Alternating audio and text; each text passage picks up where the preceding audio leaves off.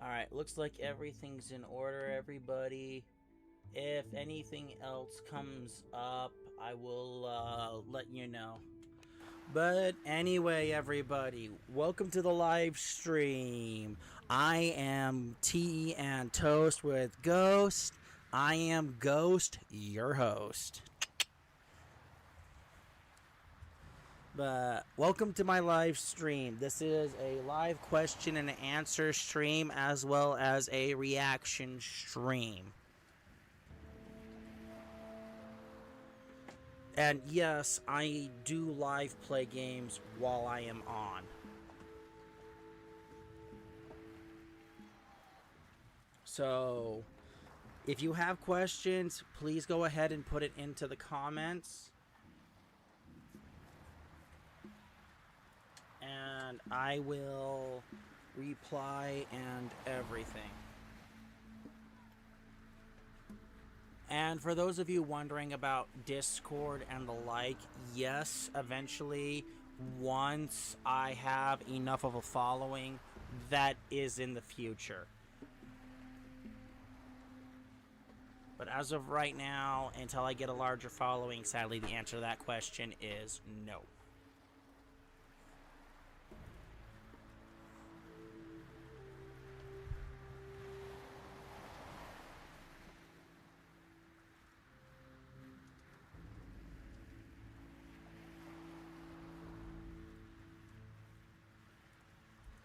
Now,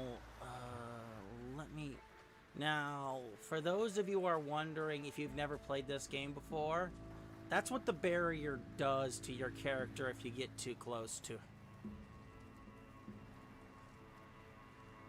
it, and that's a swamp shark, and that's something you can't take on until way later in the game. So, if you see me prowling around in the swamp, if this thing sees me, you see me, just run from it right now. Its armor, its natural armor is just too high right now. So if I see this thing, normally I just run. So don't ask me to fight it. It's basically just character death right now. Okay. Let's climb this ladder up for a little safe spot for a minute.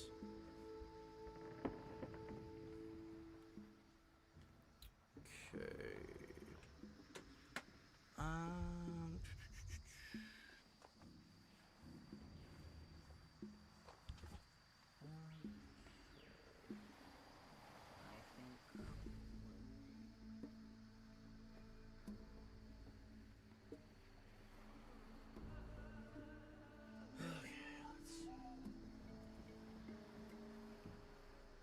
Alright, we're rocking and rolling. It looks like everything's fine. OBS did just update, so I am a little bit nervous. So I'm just trying to make sure everything keeps running smoothly.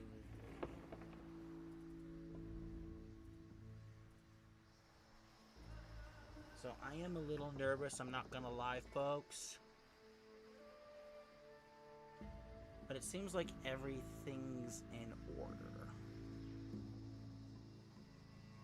So let's get this stream fully started. Blood flies. You know what I mean? I mean, the blood flies in Gothic 3 are more nasty than this.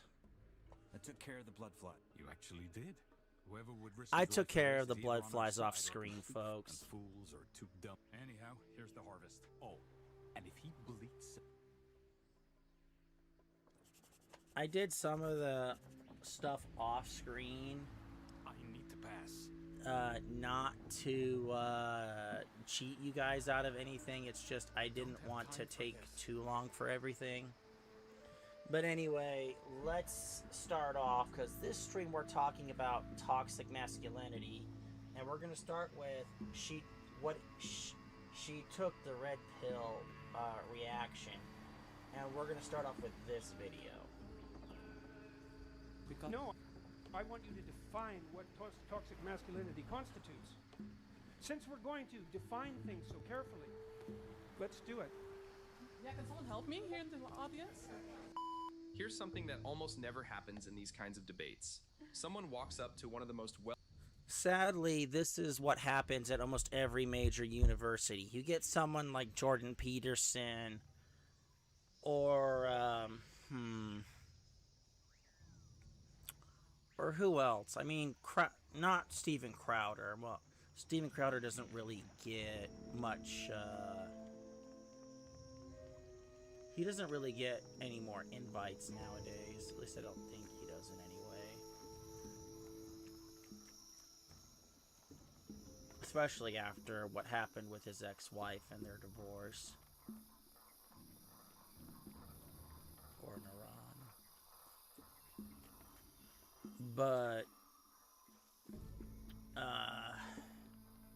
But normally when people start talking about things like toxic masculinity and things like that, most left-wing pundits can't define it.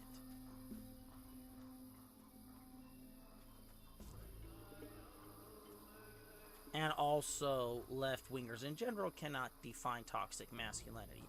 Now, I do have my own definition of toxic masculinity, but it's... Now, let me be clear here. I do not believe in general masculinity is toxic. That's like saying women that femininity is toxic.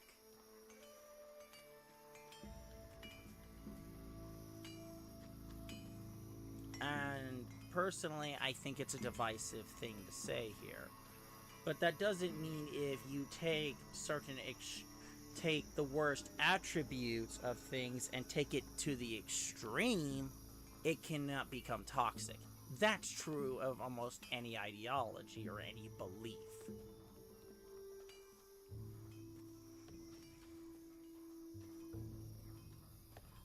So I'll state that as a preference, right? Well, not as a preference, as a preface. Let's make that very clear right now. Video play while I do my trading and stuff. Enjoy, guys. well-read psychologist alive, asks him a loaded question, and then gets completely blindsided when he actually takes it seriously.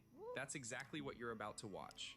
A self-described third-generation left-wing feminist steps up to the mic and asks Jordan Peterson what the antidote to toxic masculinity is. And Peterson doesn't dodge it. He doesn't get defensive. He gives a full, thoughtful answer. But then she pushes back. He always And does. that's where everything starts unraveling. Because Peterson does something most people in these conversations never do. He stops and asks a simple question right back at her. Define it. Just define the term you're using. And watch what happens next. Hi, Jordan. My question is, what is the antidote towards toxic masculinity? Well, the antidote is responsible masculinity. And what does responsible mean? It means, well... Like you about to speak. Oh, no.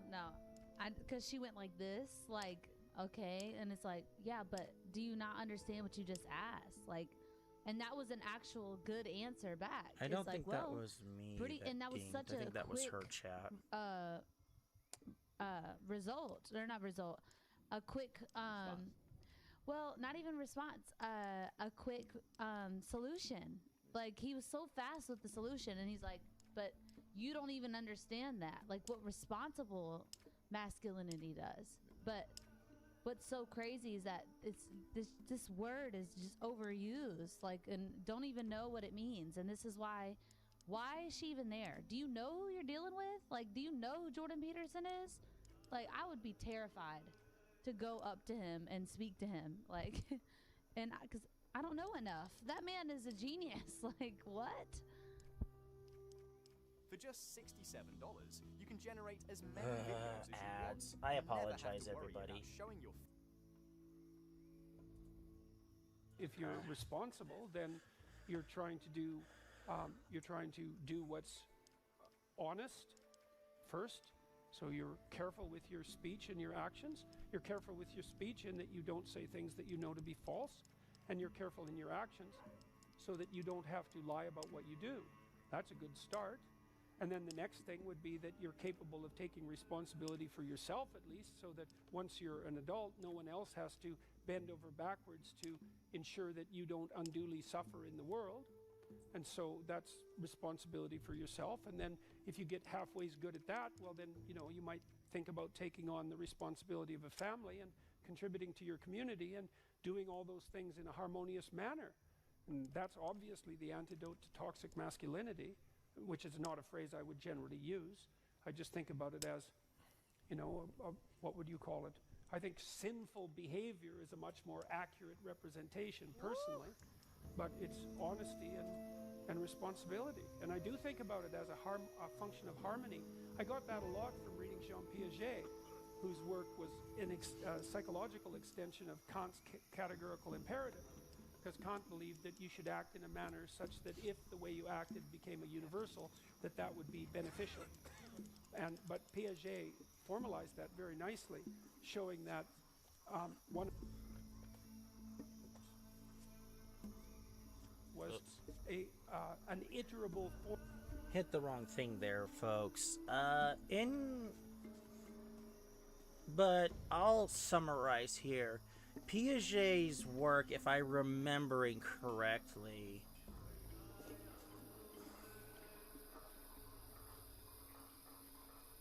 it's not behavioralism. What is it?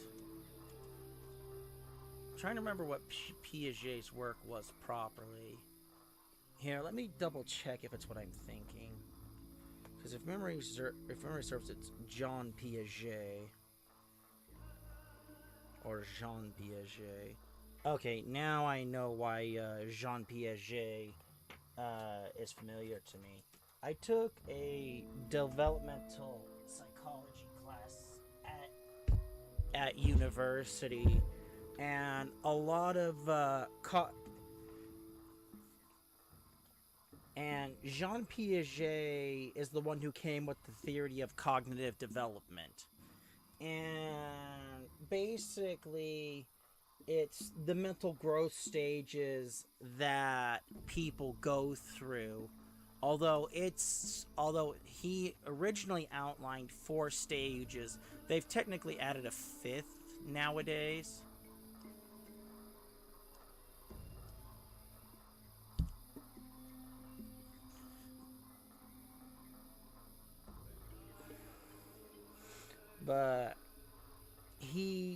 But what Jordan Peterson is talking about here is cognitive development. You know, recognition of things. But let's carry on here. Form of reciprocity, so that, you know, so for example, I can give you a quick example of that. What she isn't realizing within herself is that, no, forget the other crazy words just to trigger somebody. What you don't like is masculinity within itself. You don't like men. You don't like what that means that they are. You don't. Okay,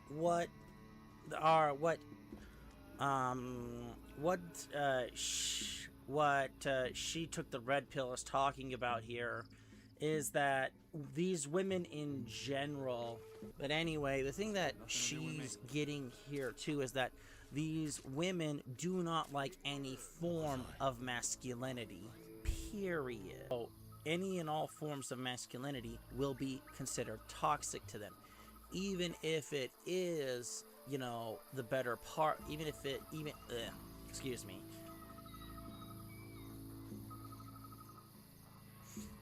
even the parts that are considered beneficial to society, where men protect women and children, even women like her. This is part of the reason why leftists have a hard time defining what toxic masculinity is. Because if they sit there and say all masculinity is toxic, that stuff isn't half bad.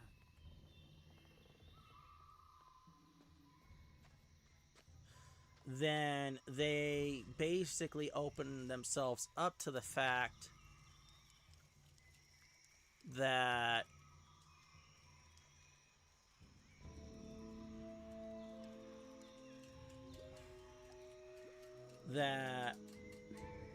basically they view all men in an incredibly negative light.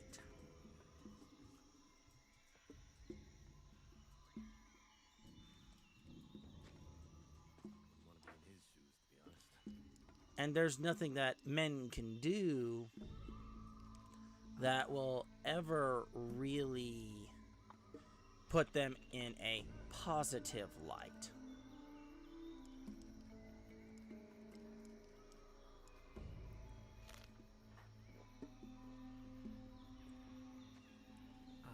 So asking them to define toxic masculinity is...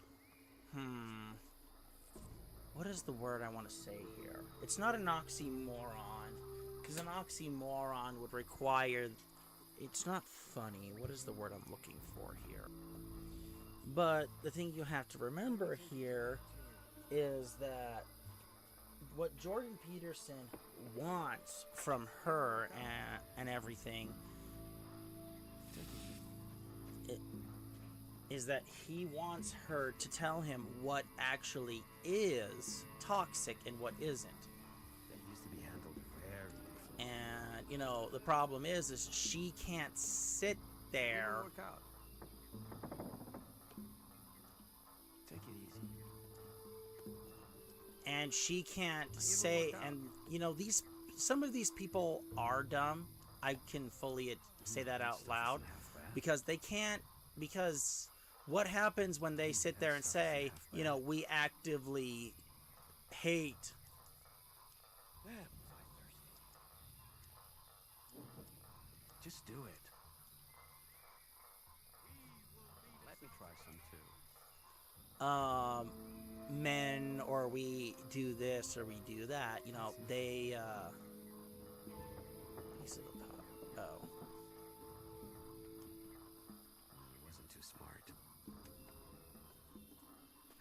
You know, that shuts most people off. As soon as someone says, you know, let's use the stereotypical, you know, let's just, let's use the clan example. I hate black people because of their skin color. Because that's the most stereotypical thing here. I need some things. Take a look.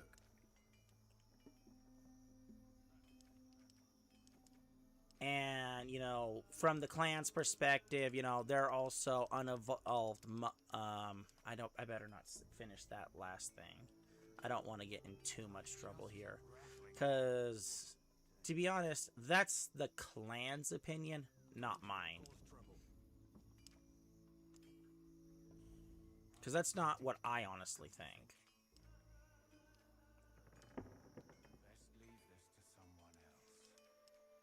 Can't really cook with rice, not.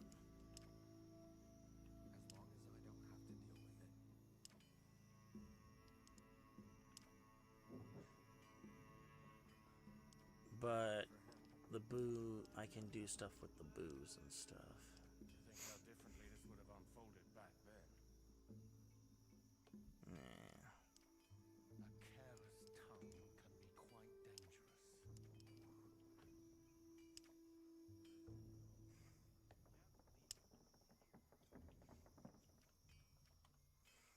But, you know, this is why the clan hates black people. They hate them purely because of their skin color.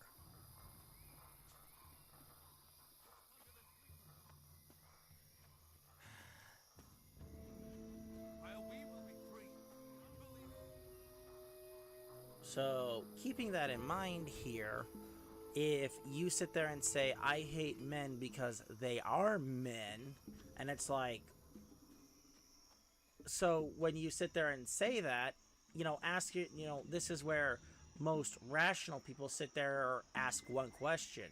You know, what did some guy do to you?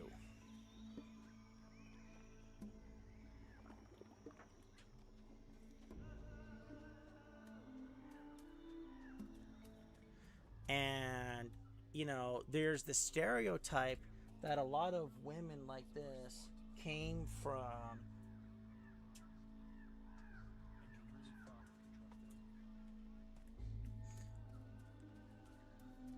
came, yeah, the stereotype that these women came from the single household families where you hear the women say, men ain't shit.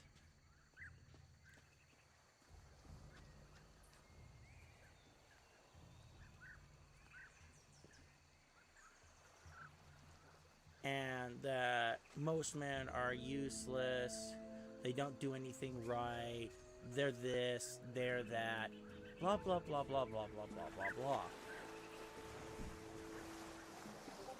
And the only good man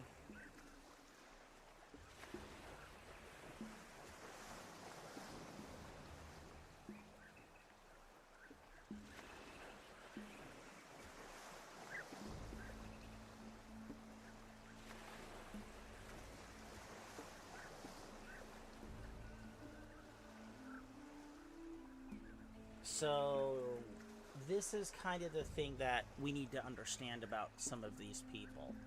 Is, you know, is hate rational? No. It's not.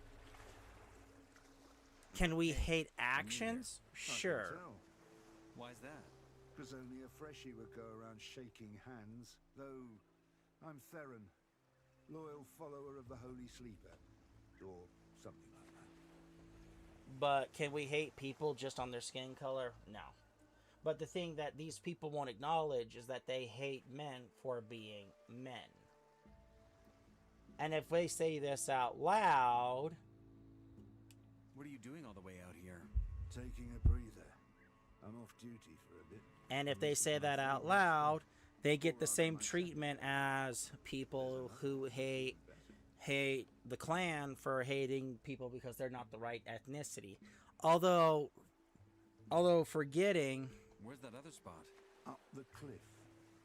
I could show you, but it's a bit of a climb. You have to remember the clan will hate you if you're not the right religion. And I get you up the cliff. And they'll also hate you if you don't share their same purviews. But let's continue with the video now, folks. No, you don't like what that means, what they represent, because why? What kind of They're roles do above you- you. They're leaders. Okay. They build things. They You don't they sound... create Oh, but things I that am. make the world I was function just in a such lowly a digger level trying that to where go you to the swamp don't even have to camp. think about it when you He walk said that? outside of your Get door. Well, he made it sound a bit more But I poetic, think that yeah. that's what she's missing is that, dude, you don't How did even you end know up? what You you're mean talking yeah. about. Oh, Like, nothing why to are you write home here? about. Question: do you Stole think that from that a comes merchant. from women getting pumped and dumped by masculine men, and then they have a I feeling slept towards with the that wrong masculine one. man, Yeah, or well, all good masculine thing. men? They don't Not like those- those Yeah. traits, masculine Here you traits, go. because they fall for them all the time. They Yeah, can't help it. I think that I think that Alright, that's time for what my end. what Let me they're know when you're what they're ready. not what they're hating is I'm ready. they're hating Teach me how to the climb. All right, they're here hating, we like go. you said, they're hating the First and sinful most part of important, the know man, your cliffs and but not crags. realizing all the other aspects every rock of what a face can be man climbed, is and the in entity of time, it, but you'll learn because to of tell them being apart. pumped and dumped. Like Now, that once you're up there, all of mind this your is stemming footing. from the dudes that did that to Rookies you. always Like think climbing's all about your arms. you aren't dealing But with most that strength pain of actually it, and comes from then your you're legs. listening to other And women. last but not least, keep your body really close to the wall. The moment you start to teeter, you could tip over. And trust me, you don't want that. And, yeah, that's it. Ready to hit that cliff?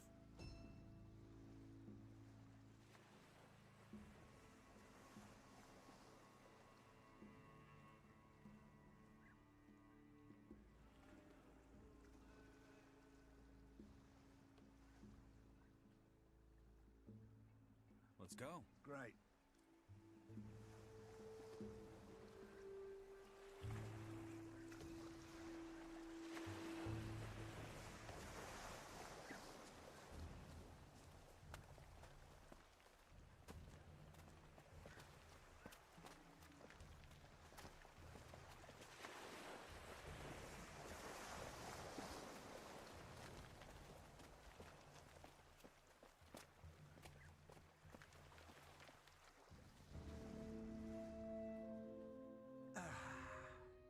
Not too shabby, is it? I love this spot.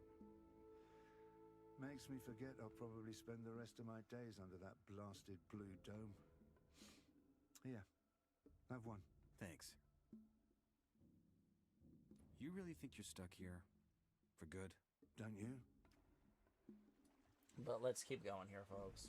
Men and words that they're using, things that they're saying, and then you think you're intelligent and think you're smart enough to come up here and talk to a See, doctor, That sounds like a plan. professor, Lost a good friend a year ago. about this stuff that's saying words I don't even You know, know, I've never heard of and if you before. got some swamp Sometimes if he talks too But fast, I'm hey, like, at oh my least god, they he's didn't speaking send us another to the language. front to fight. I have Anyway, no clue enough of what the he's saying, rambling. but Do me a the favour gist and of keep it, this if you book to have a little bit yourself. of wisdom, Don't is want this that, cliff to become a dude, new the Temple Square. what you're I'll what hang you're around not some getting the more point of is and that enjoy men the aren't view. bad. It's just sinfulness within some men, and it's not even all of them.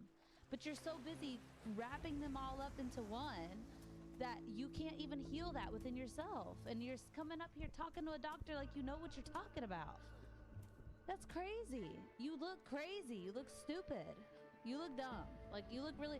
And she's like, shoot, I don't. You're saying all these words and I don't know what you're saying, and you sound really smart and I don't know how to respond to this, but I'm curious what she's gonna say next to this man. Toxic femininity, ladies and gentlemen. Right. That is what is so ironic about it, is that no, what is toxic is what is toxic, and it's so crazy that it's only toxic because we make it that way. No, you're being toxic by calling it toxic. Like that's you don't understand how much damage that you're doing here.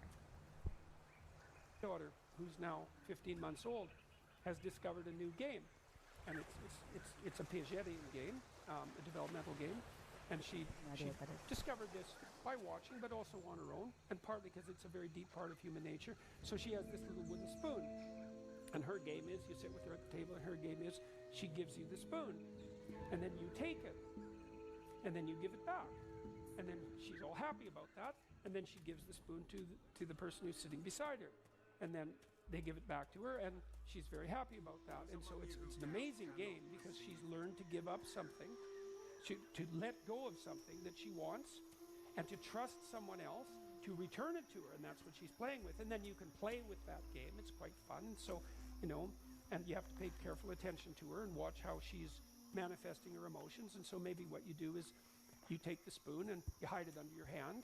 That sort of disconcerts her a bit.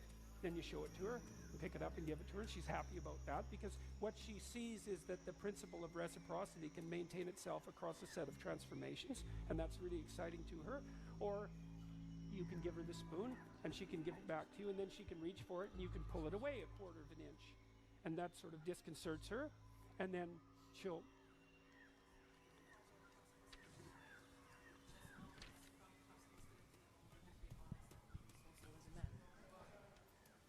You want to repeat that? I'm sorry. I said that didn't cover really toxic masculinity, right? Because Yes, it's dealing with dealing with the principle of No, reciprocity. you just said that you have to be honest and responsible as a man.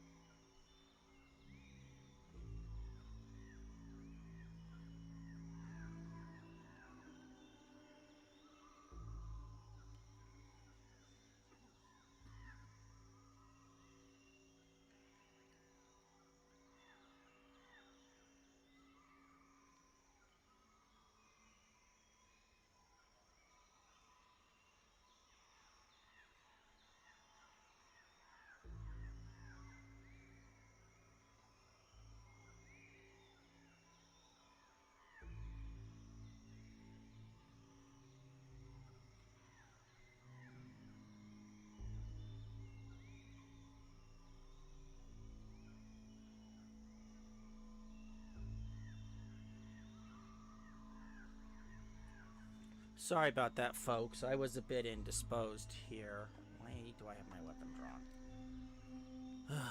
But anyway, the point that Jordan Peterson's trying to get to here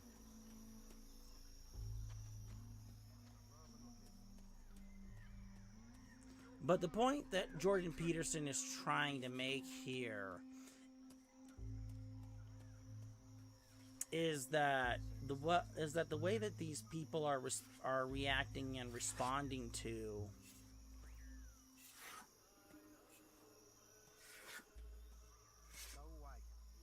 is that Some people can't be helped. are they responding to developmental triggers from their past. And you know, it is sad that developmentally these people have been Sleeper, hero. That would have been handled another way.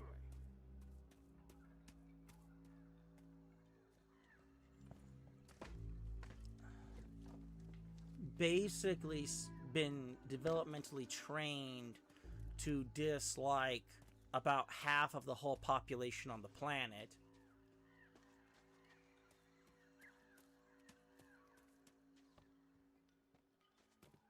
Damn, that stuff's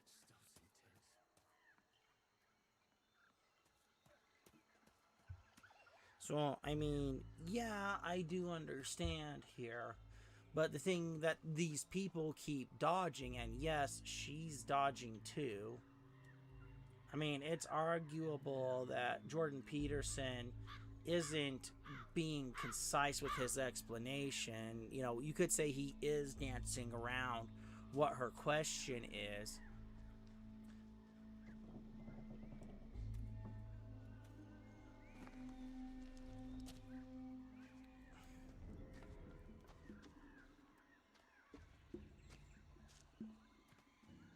But the thing that he's trying to point out is that developmentally, she's been developmentally cognitive. Her cognitive development. There we go. That's the word I'm looking for.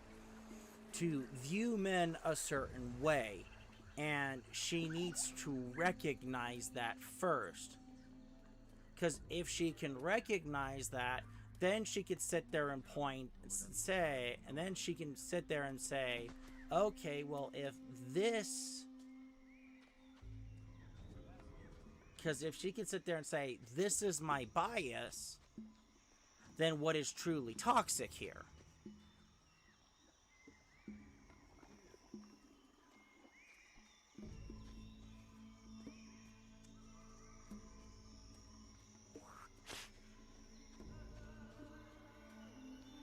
And that's what Jordan Peterson's trying to get to here. Recognize your bias and say, okay, this is my bias. What can I infer is actually not my bias and what is toxic? And she's just dodging the point here. Well, put it this way. When I'm giving the spoon back to my granddaughter, I'm not engaging in toxic masculinity. And that was the point that I was trying to make, is that, and this deep reciprocity and trust is part of the social contract, and it is precisely the antidote to what precisely, since we're going to pursue this, what precisely is toxic masculinity, as opposed to, say, toxic femininity or toxic humanity? What exactly are you asking me about? This is the moment the whole exchange pivots. I'm so excited. I'm so excited. Because I guess I can think back to how I would have responded, I guess, and it's that, well, the bad men, the ones that do this and that, and what Jordan is trying to get her to understand is that, right, but that isn't connected to the masculinity within itself. That's connected to the sin within the person. Yeah. It doesn't matter if female or male. But think about that. That's so how we think that we're so much better than y'all. That's how disconnected we are from our own mess, from our own things that we struggle with, that we are what makes us sinful. But I don't think women struggle with things. Yeah, excuse me, they don't struggle with I think that. they should struggle with, but they don't believe it's something to their demons. I'm better. Yeah. I'm such a good person. How often do you hear women say that? But men are like, well, you know, I'm kind of a douche sometimes. Like, men are so much more honest about themselves. Yes, men have the concept of humility. Oh yeah, I've been a dick this past couple of days, or this or when I went on this podcast, I was such a douche to this guy.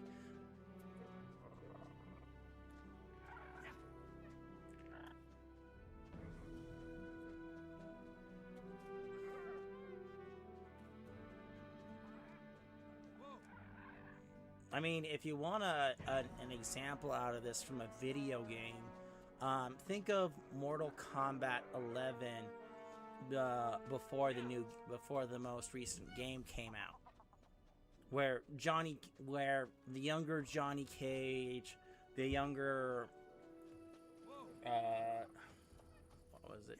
The younger Sonya Blade, the younger Jax Briggs appear.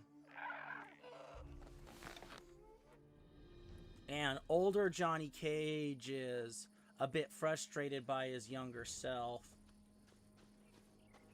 And, you know, both of them have a moment where Johnny Cages start reminiscing, and it's like, and they're like, Susie DiNardo Jr. year, and it's like, oh yeah. And you know, the older Johnny was like, trust me, man, all of those other women were nothing. You know, Sonya is a real woman. And, you know, what does younger Johnny Cage do? He sits there and says, oh, I've got eyes, brother. As younger you, I solemnly swear to tap that as soon as possible. And, of course, everybody in the room turns and looks.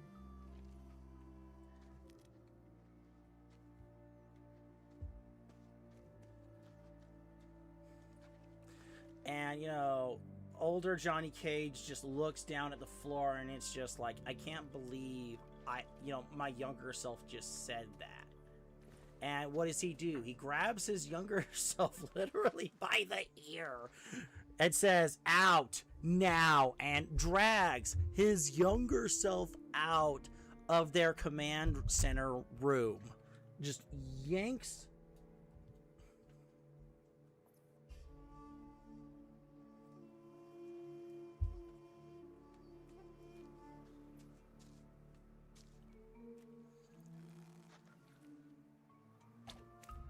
And, you know, Sonya says, how in the heck do I ever get with him? And, you know, Cassie Cage has to turn to her younger mother and just say, look, Johnny Cage, after everything that happened between, I believe it was, what was it, Mortal Kombat 9 and XL, Johnny Cage got a hard reality check and he grew up. And even she had to admit that Sonya even helped him grow up. And then they reminisce about, and Sonya reminisces about her father and how much of a big influence her own father was on her life.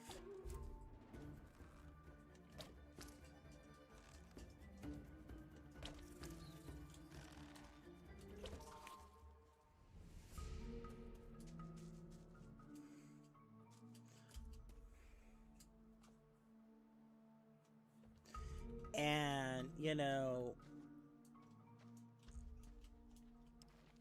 John, you know, later, and after learning some things about, things that her older mother never told her, you know, we go back to older and younger Johnny Cage.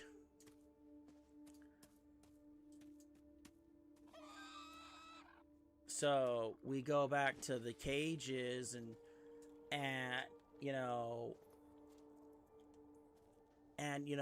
what do the Cages go out and talk about? You know, and what is, and the younger version is, oh, stop, worrying, older me. I'm only the best fighter here. And, older Cage is like, stop talking like that. You're not the better fighter here. You're just an arrogant Hollywood douchebag.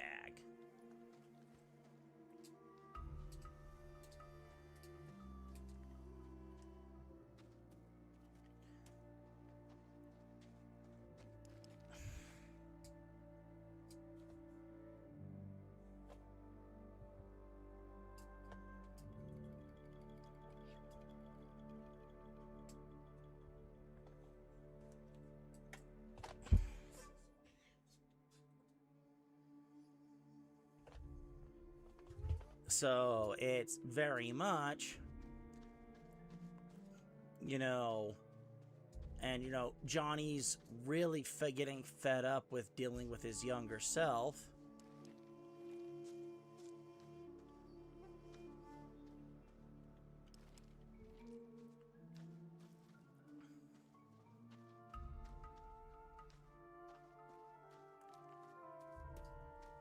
And, younger Johnny sits there and says, humble people serve lunch. Well, humble people serve lunch while, what was it? I forget the exact line, but humble people serve lunch while strong people eat lunch. And older Johnny says, Dad was an a-hole, and Hollywood made us a bigger a-hole.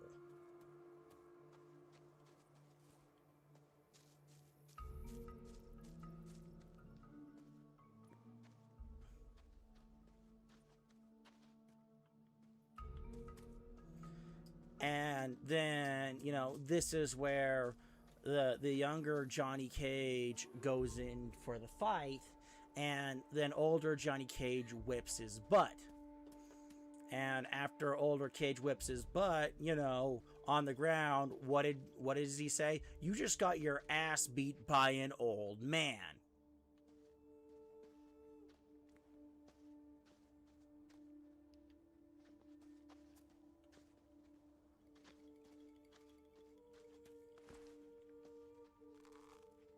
And, what does the younger Johnny Cage say? Oh, you just got lucky, and he storms off.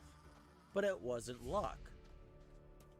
Adult Johnny Cage was a better fighter, he was calmer, he was less arrogant, and he knew exactly how to fight. Johnny had fought this particular version of Johnny Cage had fought through at least 2 different Mortal Kombat tournaments, plus a full-on war with Outworld. So not only was this version of Johnny Cage a lot more wiser, he was a lot stronger, and he was better rehearsed at reading people. Something that this younger version of Johnny Cage,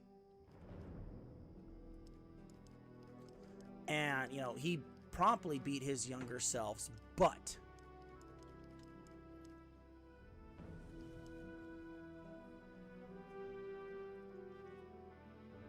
Wasn't. And, he gave him a nice serving of humble huckleberry pie. And Johnny Cage showed his younger self what he was capable of, and he also taught him a lesson.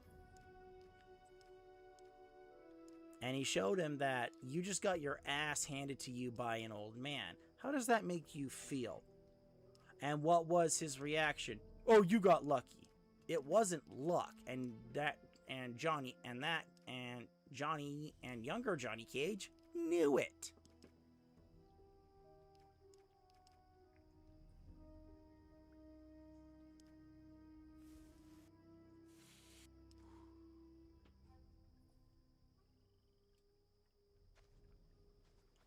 Wanna get high?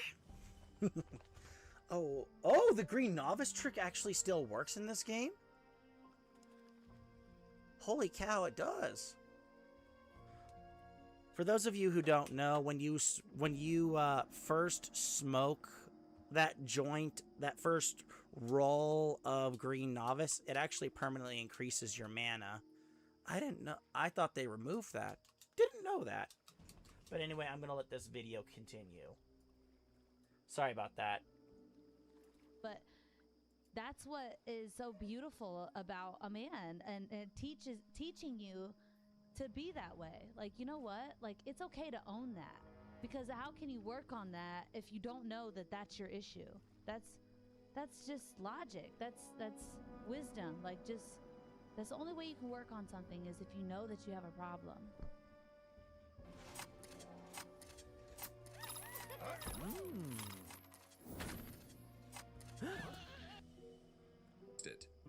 I really want to know what you like, how you would describe toxic masculinity. Because No, I want you to define what toxic masculinity constitutes. Since we're going to define things so carefully, let's do it. well, I think. Okay, guys, sorry, but we really have to move on. So there will be more questions later on.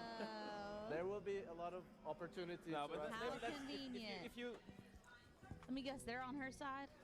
okay, so let's define it shortly. Right, shortly, please. Okay, I think that the moment when you kind of, I have a hard time to kind of describe it in English.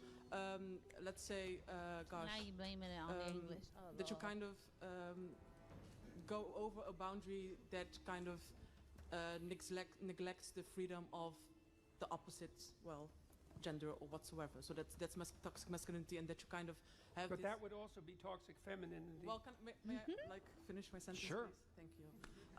And then also, you. Hey everybody, I found another Easter egg. See, because I can't pick that up, so that's looks like a chess rook, so I'm guessing that's another Easter egg. So, yay! New Easter egg found. So, yay! I lost my sentence now, but no, I will be back. I'm back. But more in the sense that, yeah, can someone help me here in the audience? Okay, so before we move on, let me point something out. You know, that I was willing to undertake this line of discussion, allowing for the possibility that the category of toxic masculinity had some content, right? But if we're going to pursue that line of reasoning and quibble about the answer, then we're certainly going to quibble about the definition that's embedded in the question. And so part of what's happened in our discourse is that we're required ethically to assume a priori, merely out of politeness, that the utterance toxic masculinity actually constitutes a meaningful phrase. And if you push it, you find very rapidly that it doesn't, because it's very, very, very difficult to define, and definitions actually matter. And so if it's a matter of transgressing against the boundaries of gender-appropriate behavior, well, first of all, that indicates that there's something universal and normative about gender-appropriate behavior, which is something that people who push the idea of toxic masculinity generally tend not to presume. And second, it's just as likely to happen among women as among men, in which case it's not toxic masculinity. And that's really what this entire exchange. Yes. Oh my gosh. He's beautiful with his words. I just admire this man very, very much. Like, he's so wise and intelligent, and he's amazing to watch. Like, and the way that he words things together, it's complicated, and it's and it's big words and all this stuff, but you get the gist of it. You're gonna learn something. Like, and the gist of it is that you don't like the man part of it. It has nothing to do with the toxic part. It has something to do with the man part of it, but you don't realize it within yourself, so you can't define it. You can't define something if you don't know what's bothering you. I think this is a case of women's God being their feelings. Oh, gosh. A woman could, a man, a woman's feelings is like are embedded in something or for something. When she, say if she was in a relationship with a guy and that guy did something that was misunderstood even in the past, or he made a mistake as far as she was concerned, and it hurt her feelings. and she holds on to that, which is what women do commonly. Yeah. Imagine if he decided, well, one day he did something like save a bunch of kids in a burning orphanage, Right. and then pulled them out. She'd still never forgive him He's for that. still a He's still toxic evil. man.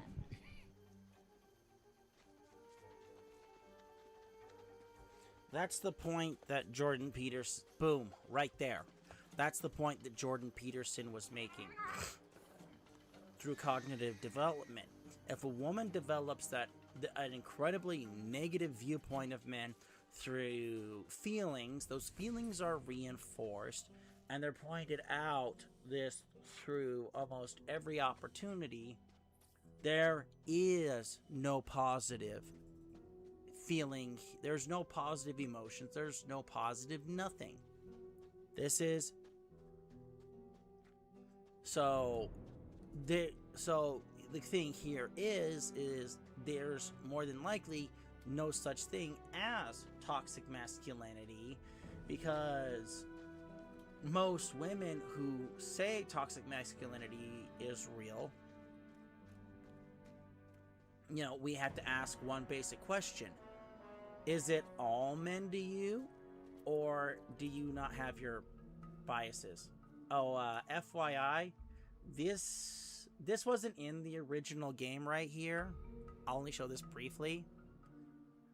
But these are all the guards and stuff from when the prisoners took control of the camp.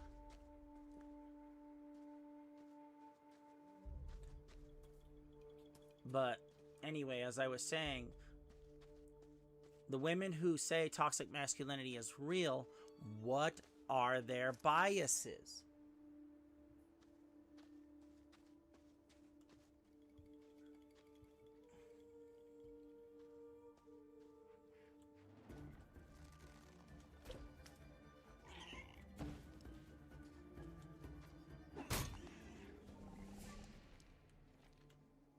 Well, the penal colony. But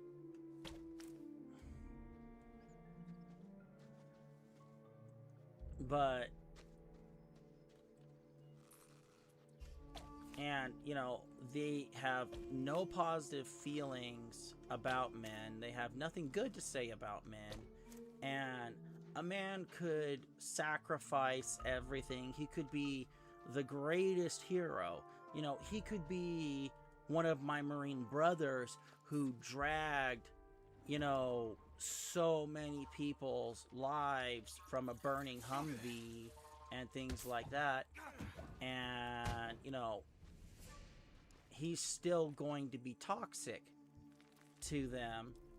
And, you know, it's not going to be because he saved those lives. It's going to be because she can't feel anything past her own negativity towards men. She cannot acknowledge that, because if she acknowledges that, then she has to acknowledge her bias.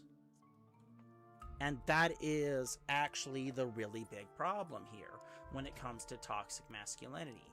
It's not that there aren't toxic people out there, because it's true that there are people who are very toxic out there. That's a fact. It's undeniable.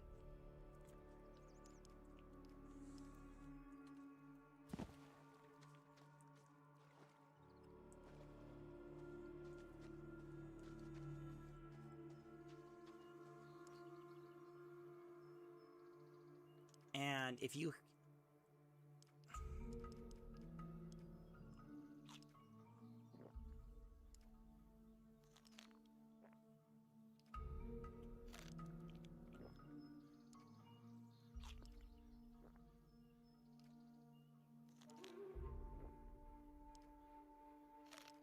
But again, that's the point here, is that these people adamantly refuse to acknowledge their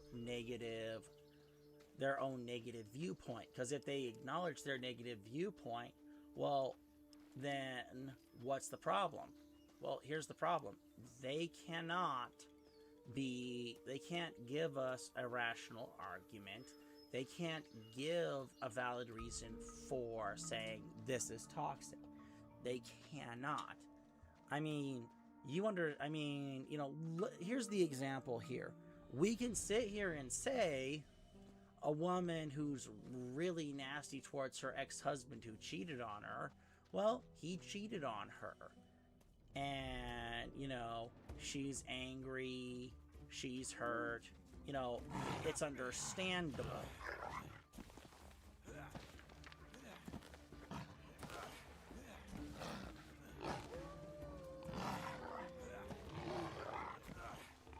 So, what is toxic and what isn't? Well, sadly, a woman whose behavior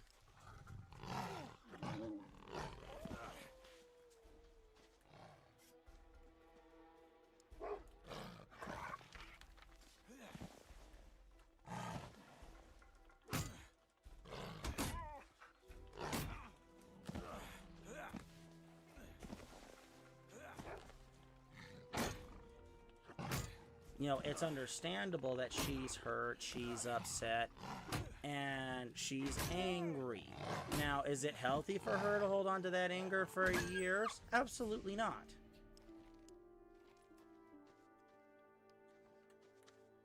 Okay, let's go into the camp and rest now. That was too close for comfort. But again, that's a bit more rational because there has been harm done in a sense. It's not, like getting your,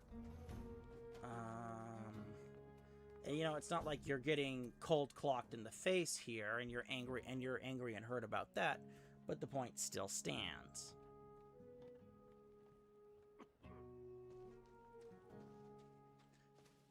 But harm has occurred.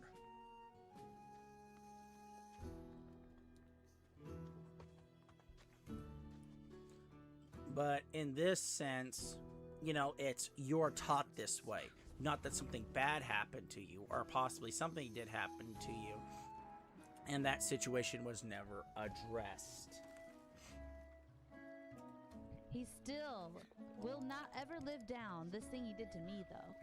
And all men don't live down that thing that happened to her. So Yeah. all men can't live it down. And so then what we do, because we are, if you don't know what you are, you don't know how to stop this mess from spreading. And so what happens is you take these phrases that you come up with and pull out of your butt, and you take them to your friends and you say it and you talk about it like you know what you're talking about. Yeah, he's toxic masculine man, and using all these phrases. What's the other one that they really overused for a while? Oh my gosh, y'all know what the word is, and it's so frustrating I can't think of it right now. Like narcissist. Oh my gosh, that all is. You have to be careful with the narcissism word here, folks.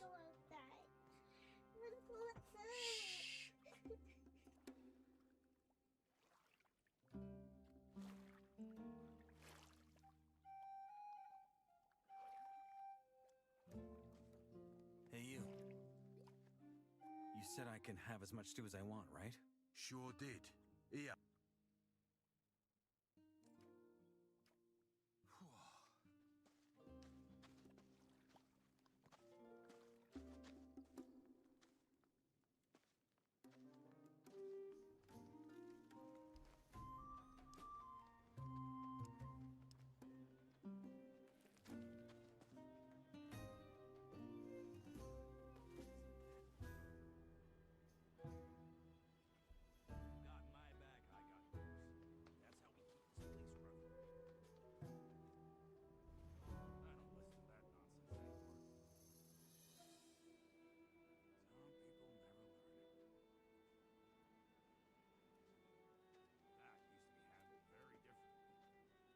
Says so.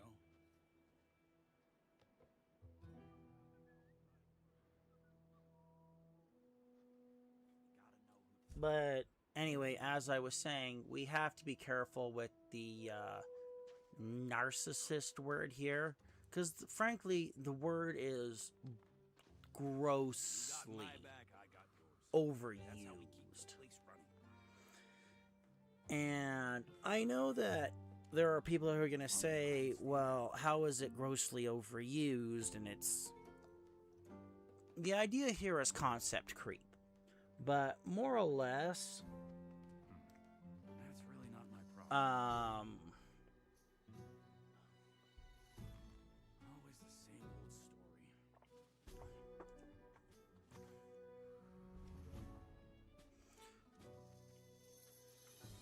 Because a real narcissist is closer to the movie American Psycho. That's a lot closer to a narcissist. The character that is portrayed there. That's a lot closer to an actual narcissist.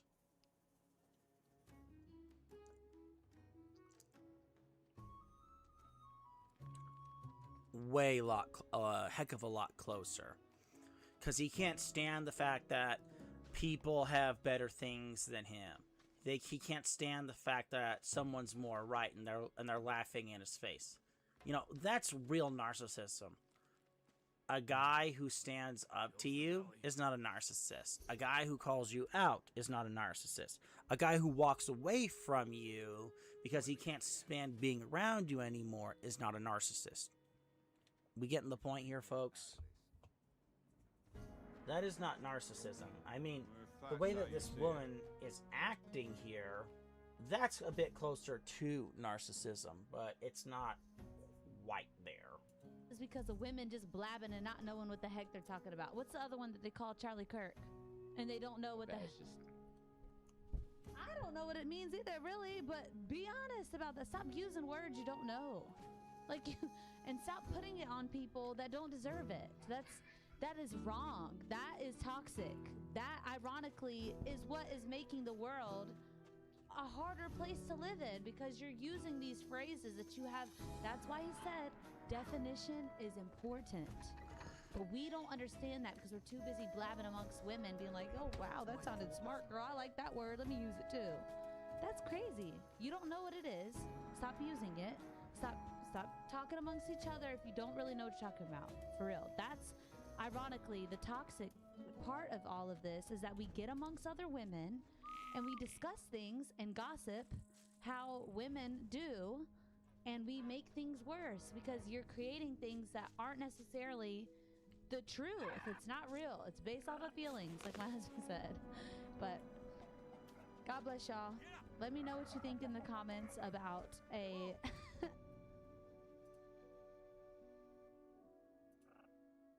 Make themselves mad. Alright, let's move on to the next video here, folks. But before we start this video, let me make something very clear here. My definition of toxic masculinity and toxic femininity here are taking the absolute negative ends of the traits for men and women at their negative endpoints, and those are the most negative, those things.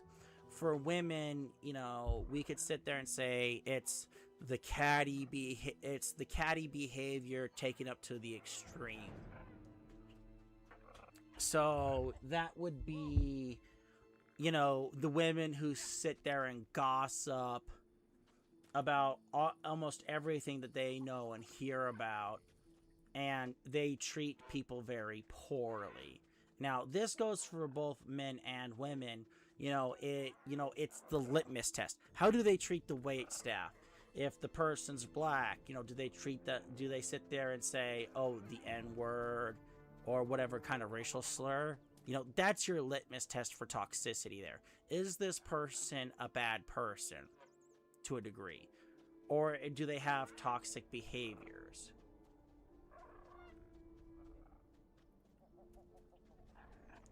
Now, the catty gossiping woman is something uniquely feminine, As for guys, something that is uniquely toxic to masculinity.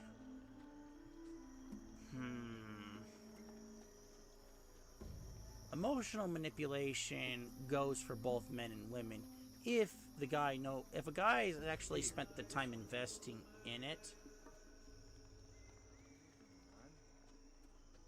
you know, that is toxic too.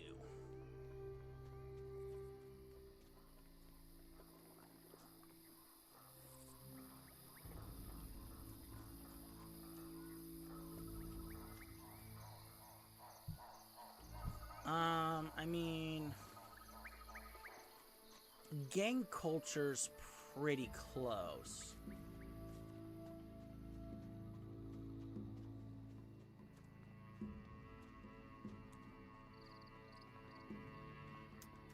You know, gang culture is pretty close because you're using the concept of brotherhood to bring people, to get people together.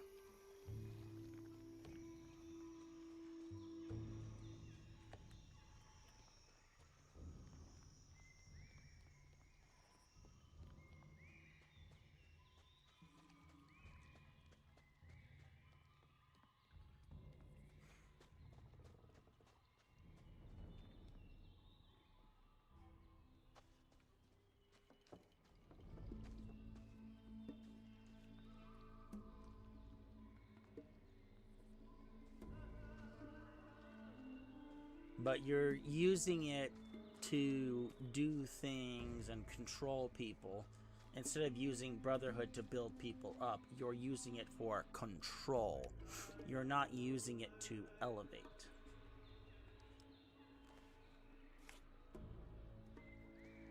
So, I mean, both men and women can be manipulative, but it's not something unique to either sex.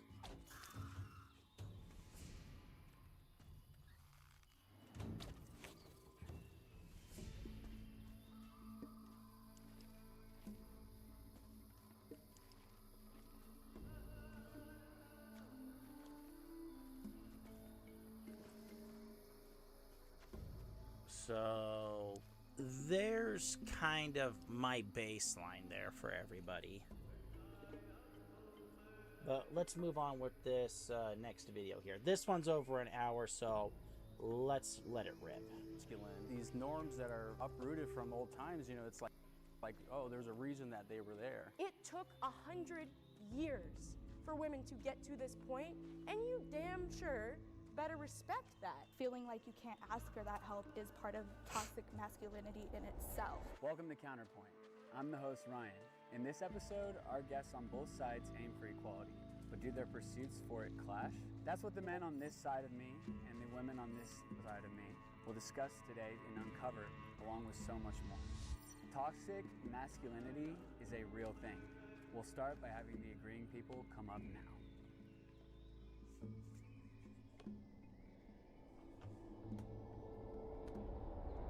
Do I think toxic masculinity exists? Yes.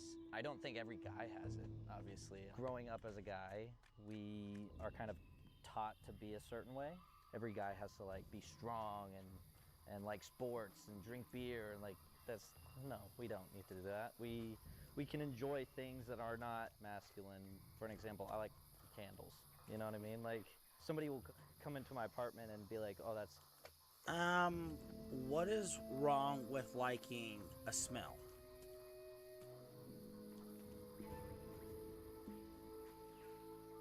This is a basic question. Who doesn't like a pleasant kind of smell?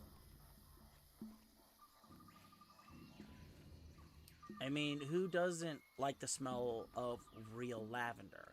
Because I've smelled real lavender. It's fragrant. It's nice. You know, saying that because you're a man, you cannot like certain kinds of smells is ridiculous.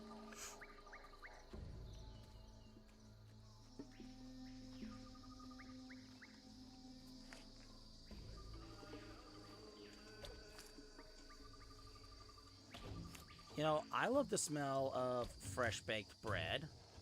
I like the smell of roasting meat.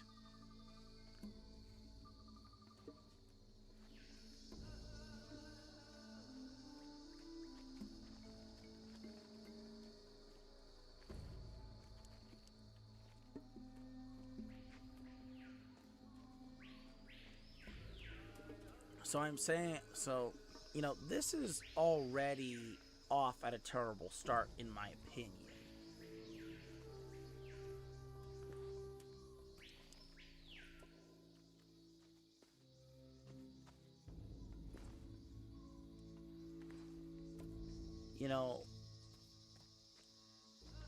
The point here is this is a non-starter. I don't mind candles. It's just chemicals.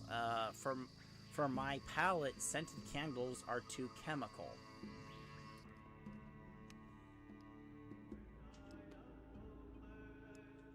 Because he's sitting here talking about smells, and it's like, yeah, sure. Well, do I love ripping a nasty smelling fart in a car where I'm tormenting my friends by locking the windows, and it's like, yes, breathe in my terrible gas and suffer. Ha ha ha ha ha ha. I know that laugh wasn't really funny, but that is a practical joke.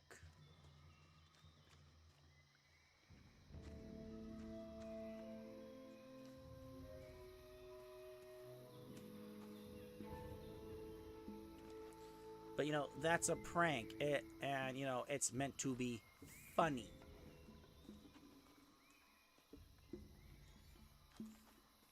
That's supposed to be funny. Is it toxic? No. I mean, considering that a woman's idea of a prank that I've personally seen is spreading gossip and rumors that actually has hurt people, and I've seen this crap in real life, folks. Make that very clear. I've seen that in real life, and I've seen the damage it's done.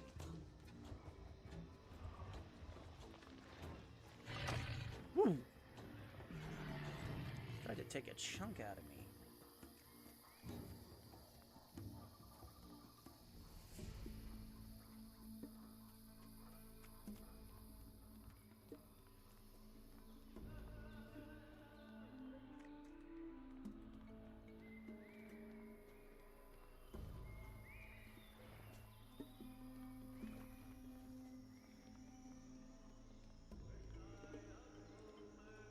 Or they do like a whole like rating kind of thing.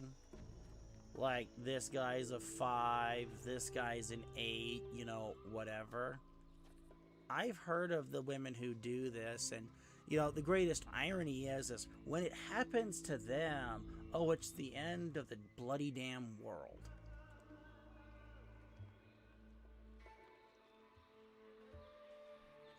Because changing your BMI, your body mass index, it's hard, but it's doable. But changing your personality to be more tolerable to other people, now that is a truly challenging quest. And it's something that a lot of women struggle at doing. And it's not a struggle because they don't think that ooh, that's actually a nice find right there. Ooh.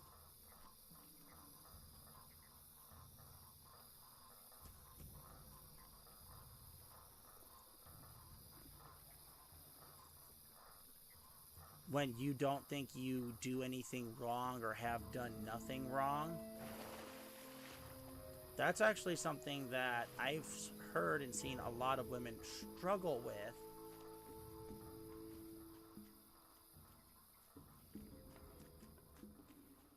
And they don't think they should have to change because it's funny to sit there and toy with people's emotions. One is a smell that will eventually go away. The other is something else. Hey. So think about that for a minute, folks.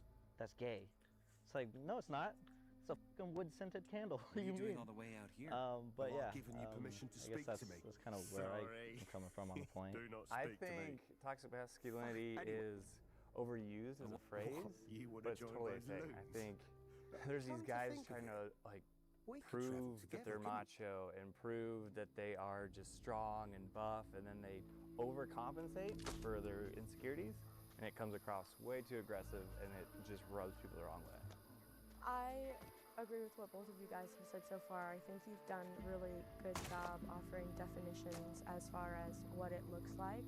As a woman who has been on the receiving end of some of that toxicity, my best way to define it is just by giving more examples of what I think it is. If I'm in the workplace, the service industry, for example, and my manager, who is a man, is repeatedly passing behind me and brushing up against my lower back, or a point to talk about how many times he's exercised this week. Those are little things that... Okay, question. You're in the service industry. Do you work in tight, narrow corridors? If the answer to this question is yes, then he's not doing it intentionally. Now, if you're working in a hotel where he's intentionally doing this, okay, then you might want to find the HR director and file a complaint here.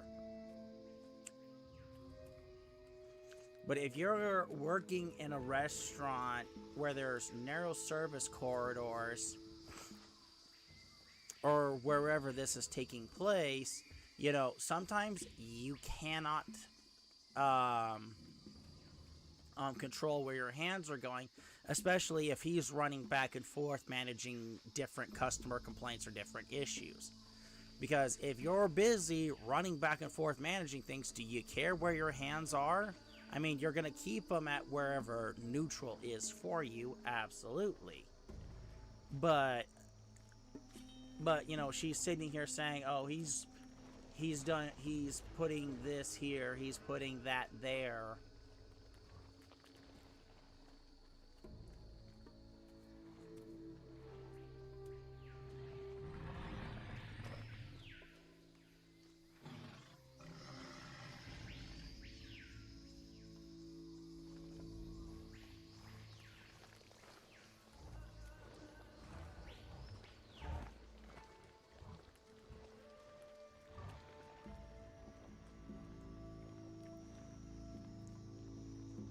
Hold on, I need to run from this swamp shark, so give me a minute.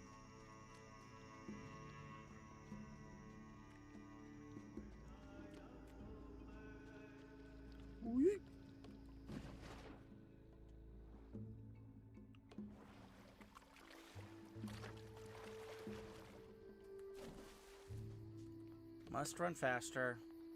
Wrong way.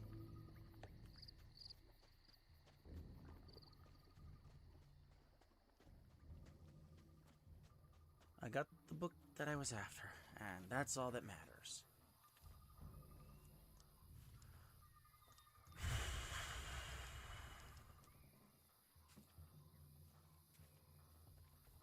But, you know, that's the point here, is she's complaining about her manager, which, to be fair, if it's situation one, you know, he's doing this, he's doing that, okay, yeah, she should go to HR if he's doing it intentionally. I'm not going to disagree with her, but if it's the latter, where it's dude is in a narrow corridor and he keeps his hand as neutral, and neutral for most people is at his waist, and he's tall enough to where his hands hang down at his waist,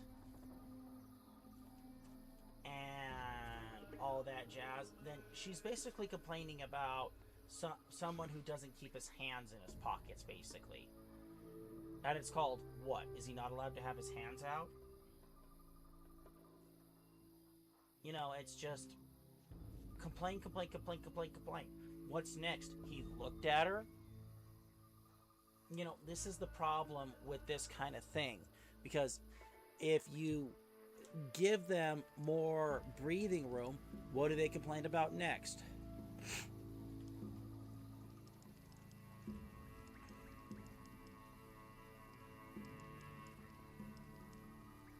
What's next? Is it he's looking at her funny?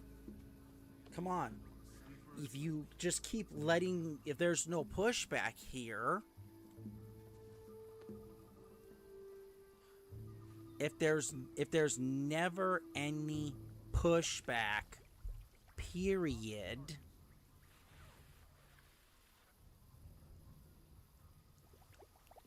so if you would ever give them any pushback, and it's like, oh, you support this. No, I'm asking, did he do this intentionally? If do, go report it to the proper channels. If not, he's literally walking by you as you're in this narrow corridor. Stuff's gonna happen. You can't control every interaction that's gonna happen.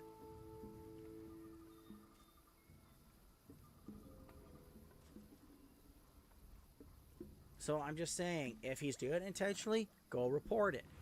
But judging by the way she's complaining here, it's not intentional. She's probably already complained. They've looked at the videos and it's like, he didn't reach out and grope her. He just walked by her. You know, it could be as simply as he's pulling his cell phone out of his pocket to speak to the owner. Think about that for a minute. She's complaining about something through a narrow corridor.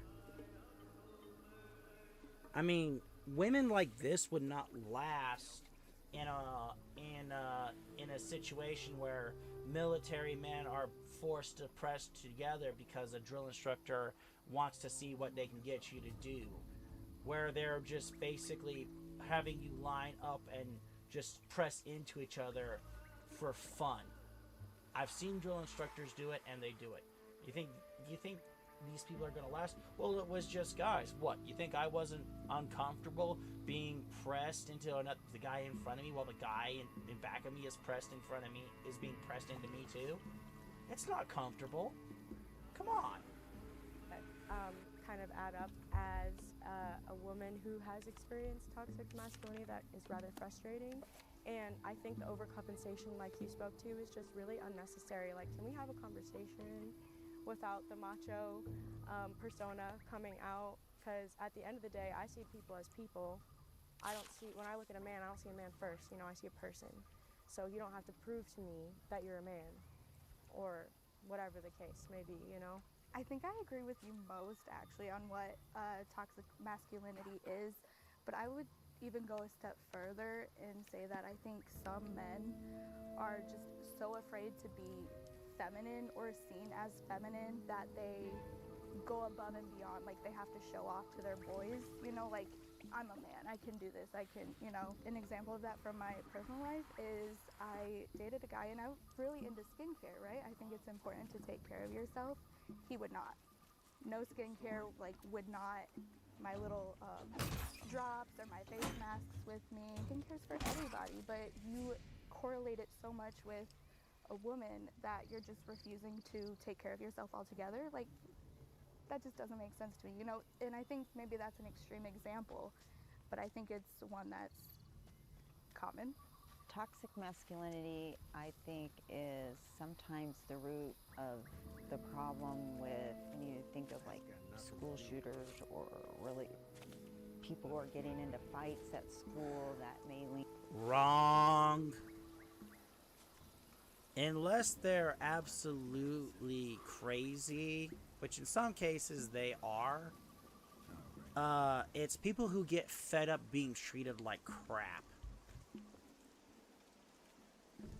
Saying that machismo or toxic masculinity is responsible for school happenings is ridiculous.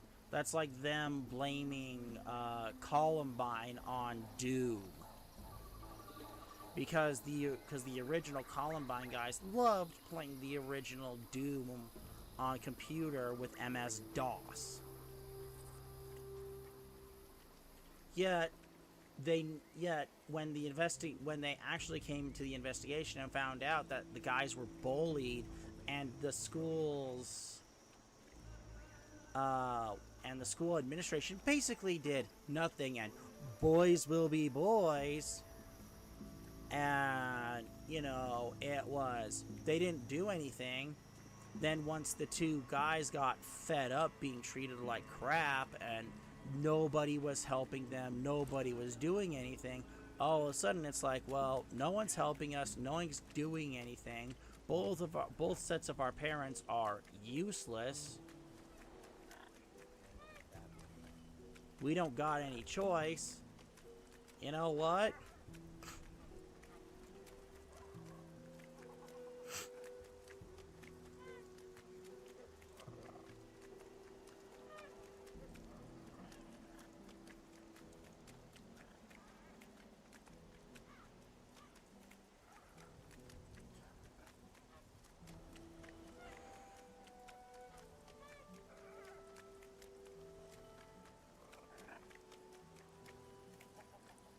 You know, we might as well take matters into our own hands and deal with our tormentors. And seeing as that everybody in this school is complicit because nobody stops them, in fact, everybody laughs because it's not happening to them. That's a real thing. People can deny it, but as it turns out, that is a real thing. People laugh and go along with it because they don't want to be next. Because every time because when police get involved and it's like, hey, you saw this, why didn't you do anything? What is the most common response? Either A, I don't want to get involved, or B, I don't want to be the next target. Blaming toxic masculinity or the more negative aspects of masculinity for something that has nothing to do with the negative aspects of masculinity, when it's the failure of administrators to stop people from harming each other, that's not toxic masculinity. That is a failure to protect those who are vulnerable.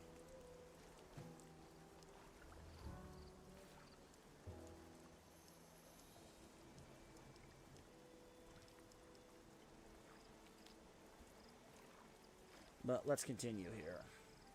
More masculine or boys because they don't know how to deal with emotions. There's not emotional intelligence that's being taught, and emotion for some reason is tied to the feminine, or showing emotion is more girly, or having a candle being described as gay is nothing I can even comprehend. I'm raising two sons. We always encourage them to have emotion, and that crying was okay, but I think that's more rare. If they took that outside the home, they were made fun of for it, or potentially made fun of. Now, my youngest son does seem to be surrounded by more emotionally intelligent people, so he probably felt it less than my older son. So we just the Northern encourage Dark that all emotions, anger's okay as well. Sad is okay, tears are okay, happy's okay, but I think that having emotions is okay. Let's make that very clear here. The problem, it doesn't become a problem until you have no control over said emotions.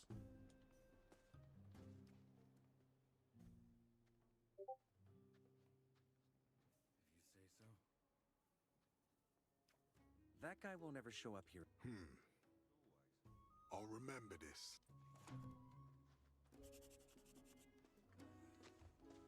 What kind of joke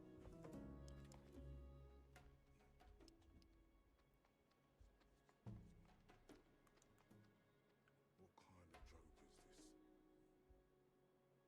What do we have here?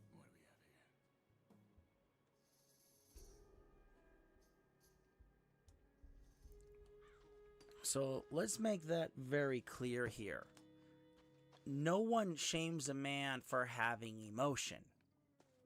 It's a shame when he lets himself be controlled by his emotion, where he has no discipline. It's okay to feel. It's not okay to let that feeling control you completely. That if we encourage our boys or those presenting as such to stifle all of their emotions, I think that's where the aggression comes out. They don't know any other way than to become aggressive, and I think that that's a real detriment. And that's where you think the toxicness comes from. Like, that's when it's stepping into the toxic. Right, and that there's some sort of expectation, perhaps said, perhaps quiet, that boys, men have to be in athletics. Boys, men have to be in a certain sector of employment. Boys, men have to be the breadwinner. I mean, that's a lot of pressure on boys and men. And now I think it is a great time to bring up our one disagreeer. Come on up. I dare you to let me build you a completely free e-commerce store. I just want a bit of peace. Why don't you start by just kind of letting us know why you think that there's really no toxic masculinity? It really comes from just the perception people have on how men react naturally. This toxicness that stems from like the household, how they grew up. And as you can see, like through the feminist movement, it's more empowering for women to be single moms and to do whatever they want. And that a lot of the times those men that they deem as toxic actually came up from those households when they don't have the structure. Because like you said, it's a good for the women's side to have, you know, be emotional and let you express yourself. But without the man, you need to have someone in there that has like a foundation, and that brings men a lot of strength that they have that example of a man to be strong and how to actually handle your emotions instead of just letting them out and stuff. I think it's a disclassification of just maybe people who have issues. You know, maybe they need help in some sort of way, they feel insecure. But by victimizing them as like this third toxic male and putting them in this box, it further isolates them from like society and pushes them down deeper down that rabbit hole. By isolating these men and like kind of putting men in like a trait of like, okay, that's toxic, you know, I'm gonna cut them off or whatever. I feel like it's very dangerous and it's very hindering to society because, you know, you need to understand where the guy's coming from too. You know, it's not just they have a perfect personality and so they're gonna be overly masculine and now they're overtaking things. Like, it's never that situation, as you guys alluded to earlier.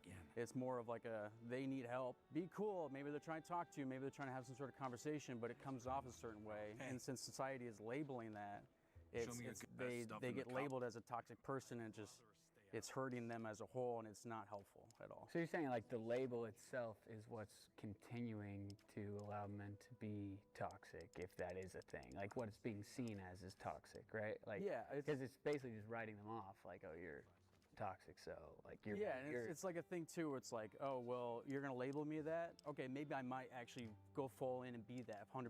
Maybe that's where the incel movement's kind of coming from. You know, the we hate women. You know, I feel like what it started from is like the feminist side of we hate men, and men were like, okay, what's going on? And as a reaction to that, you know, it starts to have that swing of, you know, everybody's being on different polarizing sides, and you know, because they don't feel represented. I mean, what do you guys think of that? Go ahead. I appreciate the need to remove labels from things because I think as a society we do tend to over-label things. Your claim to women having emotions and needing a man to balance them out per se is not true. And by implying that women need a foundation, you're implying that women can't build foundations on their own. If you are inferring that women are more emotional, that doesn't mean they're incapable of handling their emotions when a man isn't around. In order to grasp hard concepts as humans, that we need to label things in order for our brains to make sense of them. So like I said, while I do appreciate your call to not maybe label men as toxic because then that could just fuel the toxicity, do you have any other suggestions maybe then for what we should call behavior that men exhibit that is per se like dangerous or reactive, which is something I heard you say as well? I don't think you were saying like a man needs to stabilize her, right? You're saying No. it's the effect of the combination of Yeah, well, the I'm two. saying like in the household, like emotions kind of like the women are like the water and the men are the concrete barrier in a way. What do you think of that? I disagree. I live by myself, I support myself, and I have since I was 18 years old. I've had to find that stability on my own without a man beside me. And while I agree that women's emotions might be more fluid, I don't think that having concrete Only in around Northern to Dark and balance it Green out is Novice necessarily actually a give good you the thing. I think that sounds a bit stifling, actually. Okay. So I was gonna say, there's like this whole complex of like alpha and beta males, and I've been labeled beta male majority of my life. And there's like this pendulum swing, and we gotta find the balance in the middle, where we can appreciate both sides, so that we're not toxic males trying to overcompensate for insecurities, and we also gotta appreciate our feminine. Look, dude, if you're called beta your whole life, that means that most guys do not view you as someone who is strong, if you will, here. Sure thing. One hand washes the other. That's how things are in here. One hand washes the other. Now, to be fair here, you know, considering everything, considering how he looks, he's not overweight. You know, he looks in relatively good shape from at least the way he's dressed and, you know, the way he appears. Saying that he's quote-unquote beta, you know, that's a bit of a hard sell. At least from my perspective, but who knows, you know, maybe he comes from a very heavy sports school and he was never really the most high, you know, the strongest, the fastest athlete. And to be fair, not everybody is going to be the strongest, the fastest, or this kind of athlete, period. But again, you know, we're not here to, you know, I'm not sitting here saying that, you know, this guy is this. I'm saying, you know, you're sitting here saying, oh, I've been defined this most of my life. And it's like, why? Is it because you don't have, what, an aggressive bone in your body? You know, you can't stand up for yourself? You know, I need context here. Because part of being a dude or being a man is learning to stand up for yourself and having some boundaries. If you don't have any boundaries, how can you stand up for yourself? You know, I need some clarification here from this guy before I make any judgment calls. And, you know, again, boundaries are a thing that must be enforced. If they're not enforced, you know, it's kind of your fault that boundaries aren't enforced, yes. But we also have to remember the other thing. Were you taught to have your boundaries enforced? If not, well, that's not really your fault. That's your parenting. That's a parenting failure. And, you know, maybe you should get a therapist. No, this is a maybe here because not every guy needs a therapist in this regard. But maybe you should go get some help on how to establish a firm boundary. Whether you go to a friend, a father figure, uncle, grandfather, whichever, and establish a boundary. Because a guy is going to clown a guy who can't stand up for himself. I've seen it happen. I've seen what's a real good example here? Ah, yes. The last time Sonic Mindscape was on Camp Hustle 1's podcast, you know, AJ Reaction and Rants, we were all in Camp Hustle 1's podcast, and we're sitting there talking about how Sonic Mindscape is saying women should propose to men, and we're like, you know, I was on the idea of, no, I don't think that's really going to work out in the end, because a woman I was in the same mindset as Camp Hustle, and AJ, once I got to a certain point, AJ started clowning Sonic Mindscape, because everything he said was, it's a straw man, you're doing this, you're doing that, and it was like, none of us here are saying this, none of us are saying that. We're just kind of sitting here, kind of trying to figure out where you're coming from here. And AJ's sitting there clowning him, and he couldn't come up with a reasonable defense for his argument.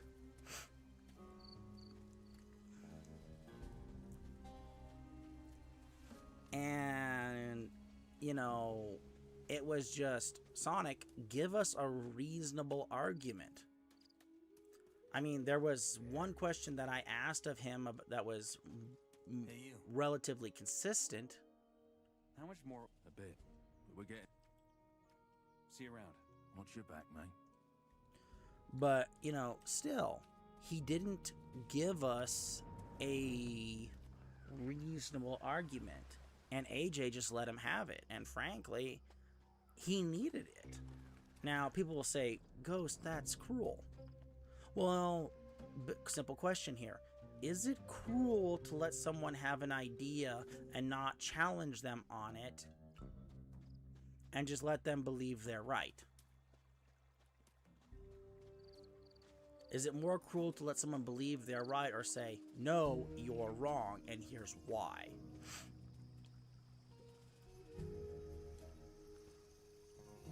And frankly, I think it's more cruel to tell somebody I've gotten pretty good with a bow. Glad to hear that it. I think it's cruel to how do not you knock challenge your arrows? somebody on something where The Varantian way. All right. I like it more traditional. Now you do what works best for you. But doesn't that depend on the Skill always depends on the archer, not the so, bow. in the end, I'm gonna Sonic carve a bow Mindscape for you. left, If but, bring me the front it type of was very much, all the same he to got me. challenged, Not for long, trust me. and he didn't have a good argument. He just kept saying, straw man, Bring me what you and, you're changing the All right. goalpost. It was... I have wood for the bow. Show me. Oak. All right. Oak's rather not the conventional bow wood. Should I use the oak wood then? Sure. All right. A good bow takes time though. So, yeah. Sonic, from my perspective, it's not that he doesn't have good arguments when he actually looks into it. I mean, the only argument that was really realistic in that situation do I agree that women should propose? No. I'll say that flat out here. Women should not propose to men. And the reason why is every time I've ever heard of women... Hey, are you interested in a new business partner? Fisk from the... Not interested. But try your luck with Sharky. That man's morals are as loose as a harbour. What do you have on? And the question is, what do you have on offer? I don't have it. Tough luck. But, do I think women should propose to men? No, I already answered that. But, I don't think they should. But, I mean, if, marriage is really on the table and the guy is going to propose and you want to give him a custom ring, that's fine. Because in a way, it's kind of a proposal, but instead it's a custom ring. It's, I got this specially made for you because I was thinking of you. That's acceptable because that is a gift saying, I'm thinking of you. Now, will every guy see it that way? No. No, they won't. But still, Fisk from the. Why are you telling me that? I figured you wouldn't mind making some nuggets. You know what? I think I don't. I'm looking for new. so yeah, I can understand where Sonic Mindscape's idea comes from, but he's forgetting the fundamental crux. Damn, I was thirsty. Women do not like weak men. They like strong men. And if all you're giving or all you're showing is weakness, weakness, weakness, weakness, you know, eventually she's going to lose interest. And, you know, when she loses interest, you got really no one to blame but yourself. But, you know, him being called beta male, What a day. you know, that's much more of him not standing up for himself from my perspective here. Side and women so that we can meet in the middle. Fair. What do you guys think about just everything that his first original statement? I run a podcast solo. No producer, no editor, no tech skills, just Riverside. I get. I'm sorry. I think in regard to what you said, I think that's something for men to do.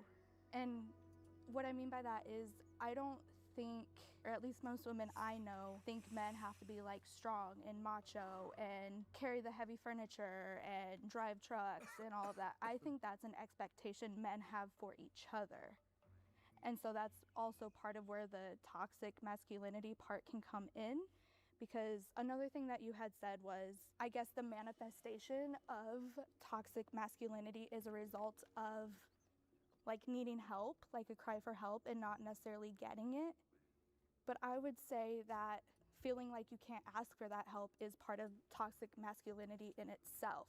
Because again, I think that's an expectation that men put on each other. You have to be strong, you have to, you know, do all these things. Where was I? And like I said, no woman I know has that expectation. I don't think men should have to be strong all the time, because they're not, and that's okay. But I think men need to start holding themselves to that same standard, I guess, if that makes sense. Yeah, 100%. Question for you, because I know that guys don't have to be, right? I do hear a lot about that. What do you think happens to men when they don't follow Looking for that? new. What, you're a man, you're supposed to be this and that. Let's say you started crying right now in front of everybody. Yeah. In your normal situation, how would you be accepted for that? Is someone who, you know, kind of built their self-confidence up, and if you're someone who's not like self-conscious and things, you know, you can release those type of emotions around your friends, and it's actually a good thing.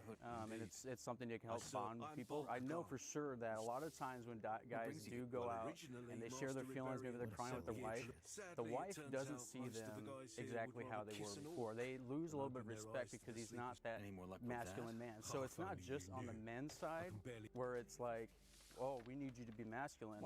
The women, they want to be ideally feminine, and like they need the masculine to balance each other out. And so we need each other. Feminism as long as you're not a killed member of the chivalry. Brotherhood, We'll start by having everyone that agrees you could come help up me now. hand out some of the men in here have yet to taste our magnificent herb. Didn't you just say you can hardly? I did, but I already informed Master I Kalam believe that it about used to be the this Seedro's standard, uselessness. and now, I I've mean, sent the you can get on a replacement dating soon. app and women will be like, I don't need a man to do this, that. It's like, Okay, let's make something very clear here. Chivalry, or the chivalric code, originally was the order, was the code that Christian knights, when it came to the treatment of women, used. Decides who gets a novitiate, but I know a trick. And if I'm not interested in, well, then I'd be happy to pay in cold, dull ore. all right, Anyone, really. And one more. sure. All talking, not enough working. Show me your. As you wish.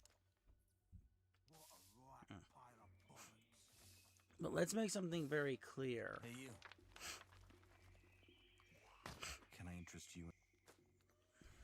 All right then. Clear. From 10 It on. was a code of conduct. If you ever want to get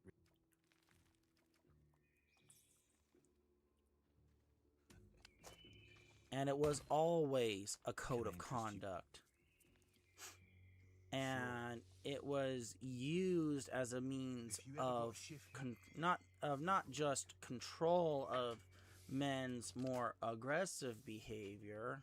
I don't want. Hey.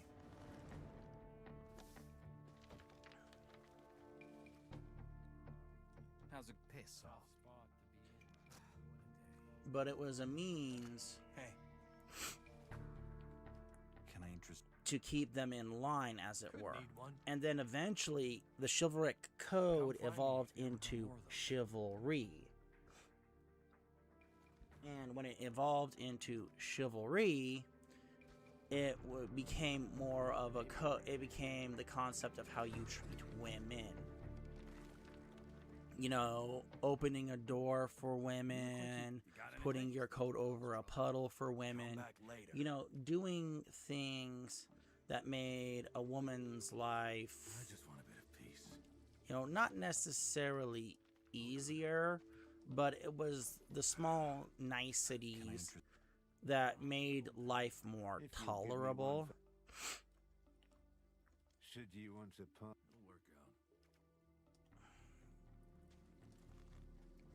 That used to be handled very differently.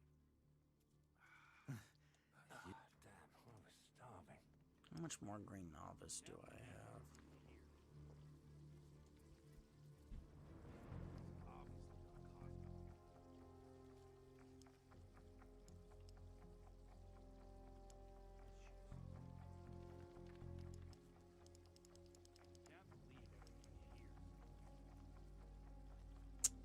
But, you know, that is what chivalry was in the beginning.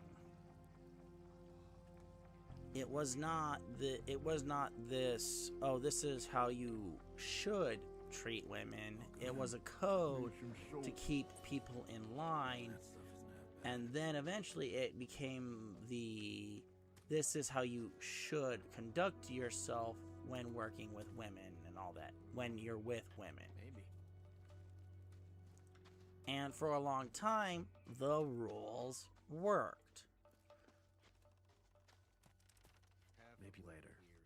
So, yeah, the rules do work when they, well, social rules anyway. The social rules work. Can I interest you in a herb roll? But let's continue.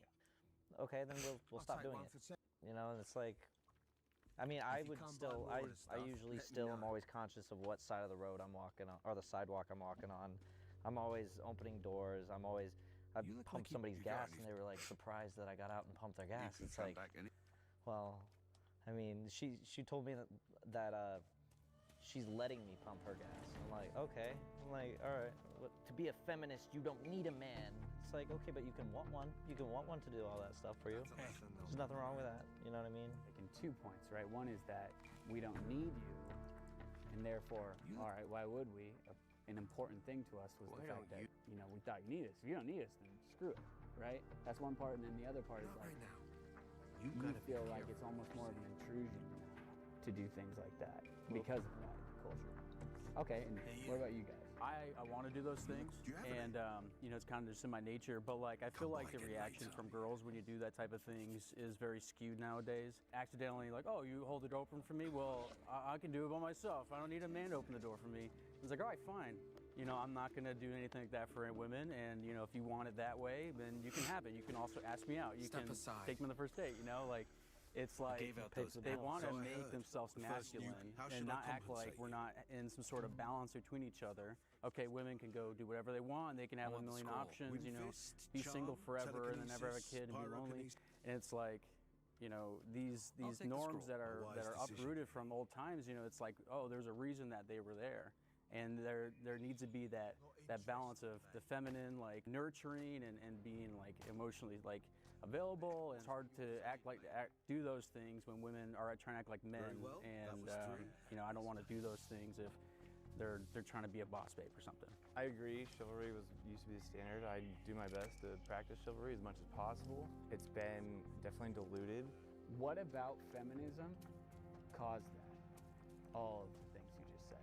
I will say, like, the three waves of feminism people talk about, like, if we were talking about the old waves of feminism, I would identify as a feminist. But this third wave of feminism was really what, like, kind of destroyed everything. I was saying to him, like, I feel like before this third wave of feminism really hit, like, we would still see dads in the homes. It's like, now mind you, nothing's wrong with, you know, a single mom. I believe, you know, women can do that on their own. Yeah, but I believe this, like, new wave, for some reason, has pushed men out of the home because, like, it's this, I don't need a man type mentality. And it's like, you don't. Like, if you find a good man that'll stay in the home, your life will be 1,000 times better. Masculine, like, you could find a masculine woman too. Like, it doesn't have to be a man, but, like, that energy does balance out. And I feel like this third wave has really, I don't know, just kind of pushed men out of the equation in that regard. Yeah, like they're trying to be men. Yeah. You know, we have roles, and it's like nature. That's how we're wired. I mean, I know so many, like, I'm 30 now. I know so many women like my age that never got married. They're like, they don't have kids. They're ultra feminist. Now they're lonely. They're some sort of mom. You know, they're cat mom, plant mom. You know, they're gonna be a mom. They want to be a mom, kind of like men. We want to do things. We want to build and conquer. And like women, they nurture and grow and you know, like we have our complements with each other, and that's why we need each other. And like the new wave feminism is like, you don't need a man. Okay, well, I think now that's a really great time to bring in everyone who disagreed with the statement. Come on up now.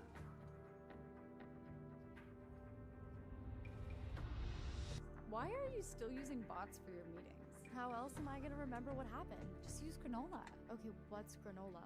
With granola, you get all the benefits of a note taker, but it never actually joins your call, so you can just jot down all of your notes and it will add them into a recap of everything that happened in your meetings. Wait, are you serious? Yeah, let me show you. Yeah, but it's probably like $50 though. No, it's like literally free.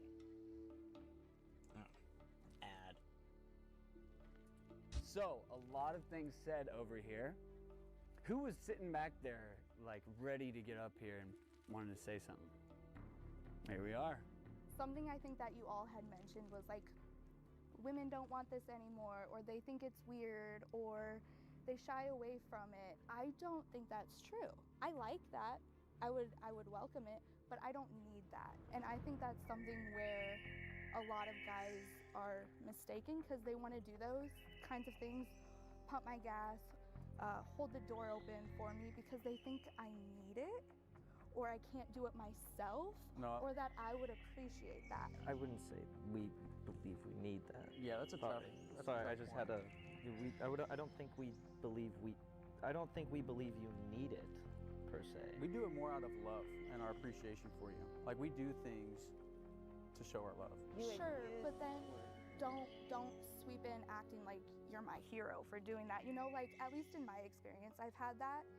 And again, like I will admit, I like being a passenger princess. I like when a guy drives me around, you know, and I don't think there's anything wrong with that. That's something that I don't need. I welcome it, sure. I like it, but it's not something I'm expecting. It's not something that I'm needing. Well, I can see with what you're saying is like, you actually don't have a problem with chivalry or like guys wanting to do things.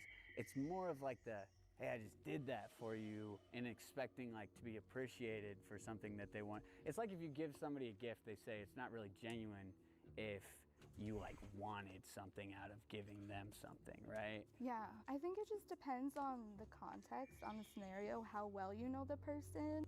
Yeah, she likes that guys are willing to do this. She likes that guys are willing to do that.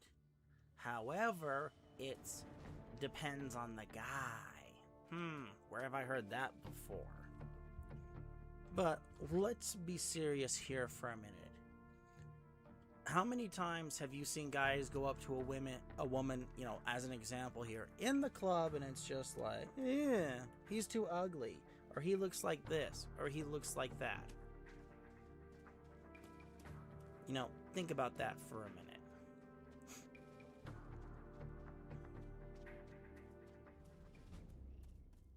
Where, you know, the guy is this, the guy is that, or however you want to say it.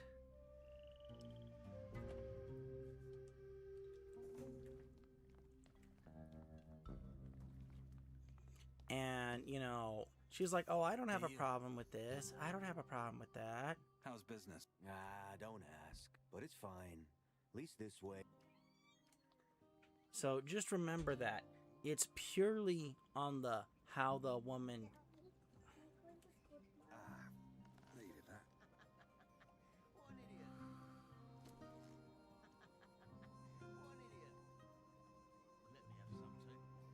Fair.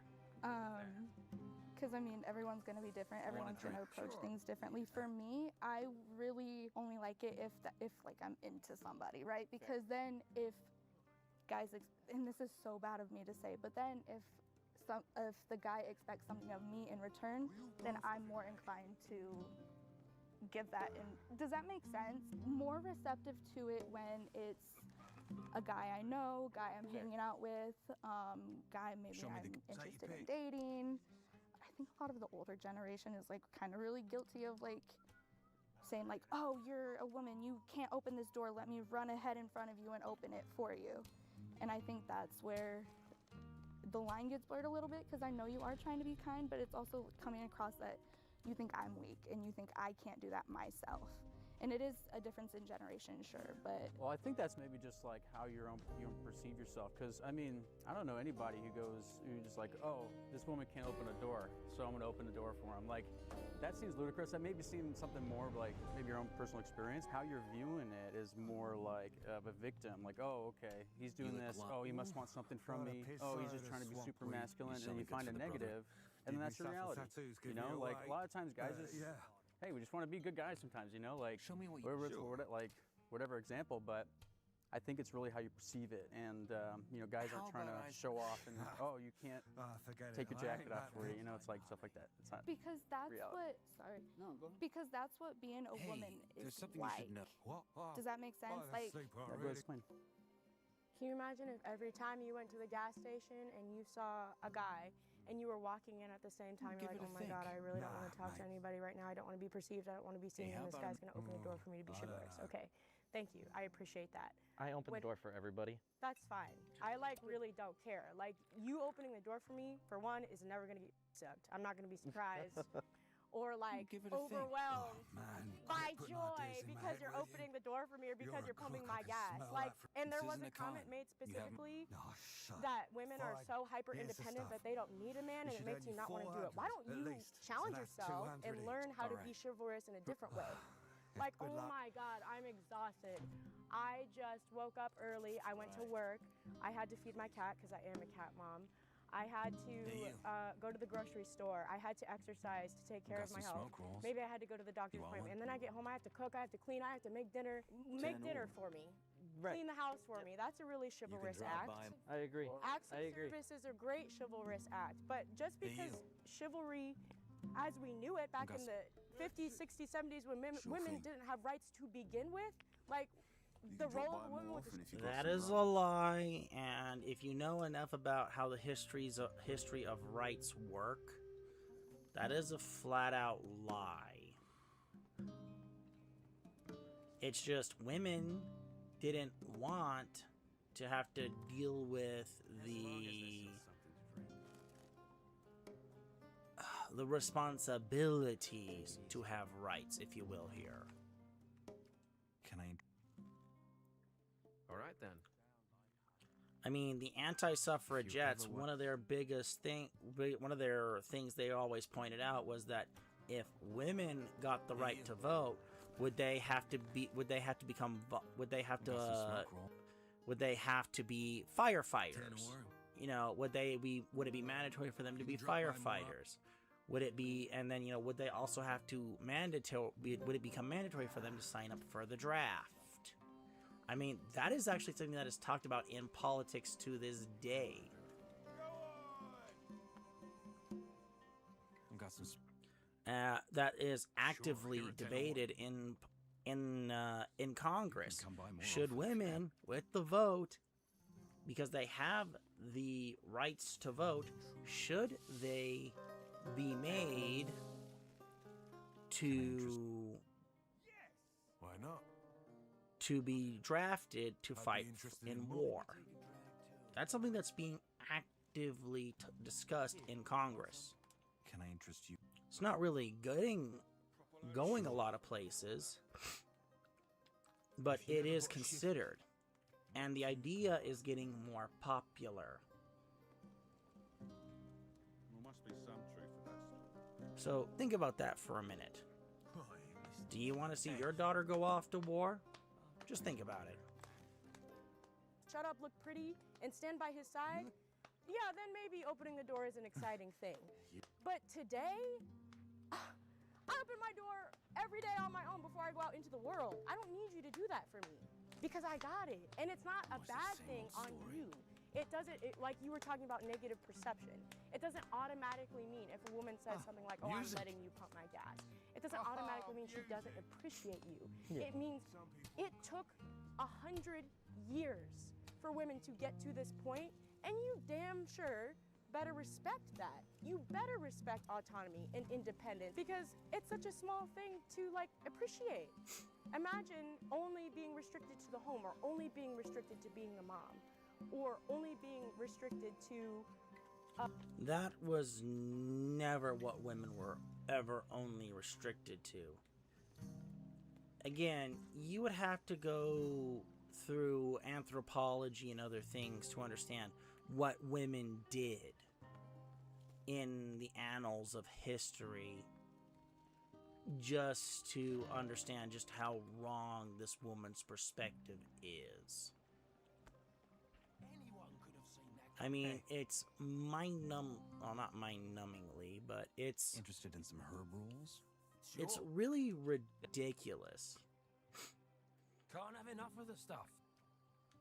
that she's sitting here saying that women couldn't do this, women couldn't do that. And it's, you know, have you actually looked into the fact that British women could vote before American women? Have you looked into the fact, that British women could vote before most British men because you still had to have land ownership? They don't tell us about that. You know, they also don't tell you that many different states in the United States allowed women to vote because the state's population wasn't high enough for certain voting standards. But there was also the fact that women made up a good portion of landowners and business owners, and they met all the qualifications to be voters. No one talks about this.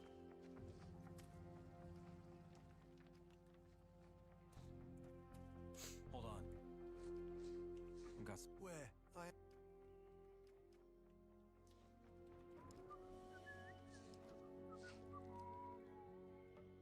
a pile of horseshit.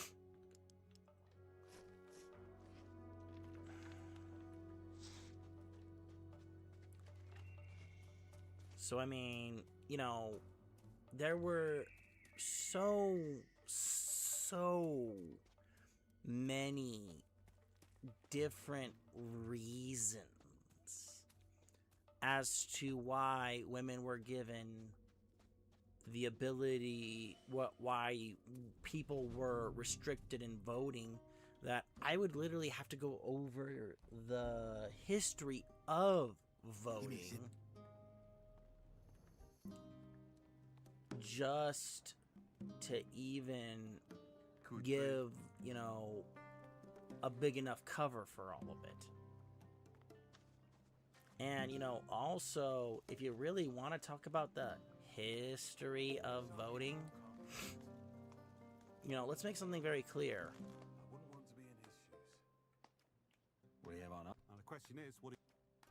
I don't... Tough. Hey. Not interested. But try it. I mean, if you look at voting rights and everything, you know, across different countries, you know, one of the most basic things for land ownership was was actually owning land and keeping land owned. Novel concept, but let's let this continue. Your interpersonal world, because the external world won't allow you to work or won't allow you to vote or whatever. The chivalry that was around that all of you refer to as chivalrous existed during those times, and it's outdated. Okay, I do want to at least hear.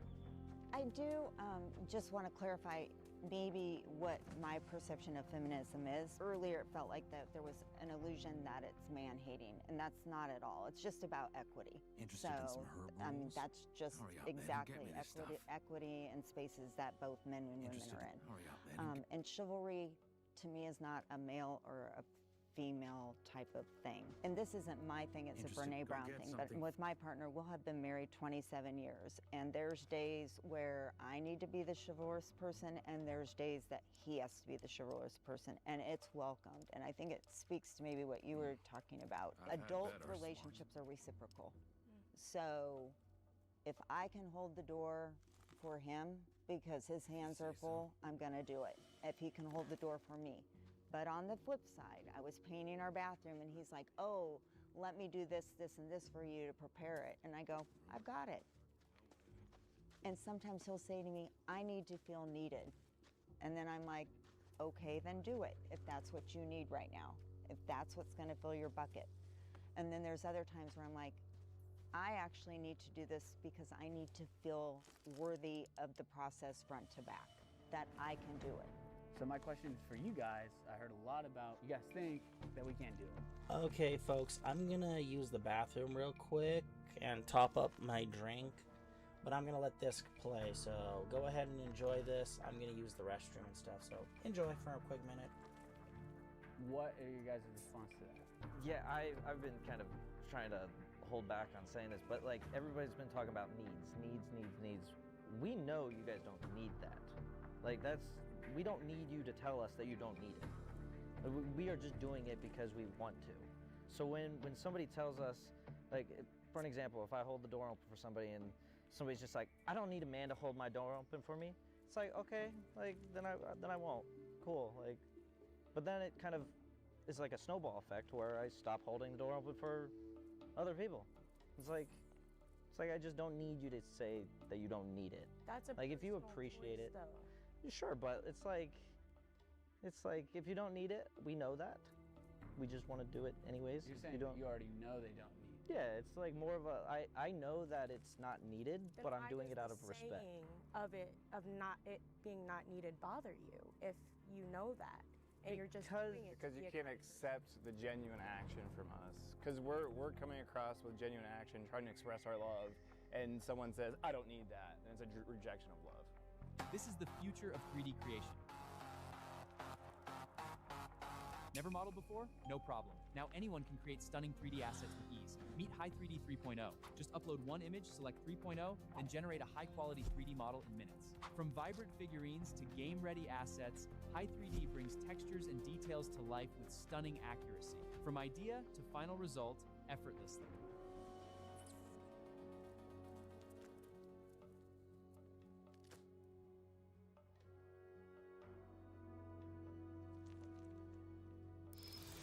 You, your team, and your agents are working together on Monday.com's AI work platform. Imagine that. Your Claude, Chatgpt, and Copilot agents working side by side where you already work. Bring your agent into Monday.com. Set permissions, assign tasks, work from the same context, and create team-wide visibility. So build an agent on Monday or bring the ones you already have and give them a seat at the table.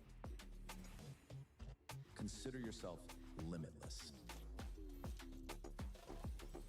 Monday.com, the best AI work platform. Start a free trial today.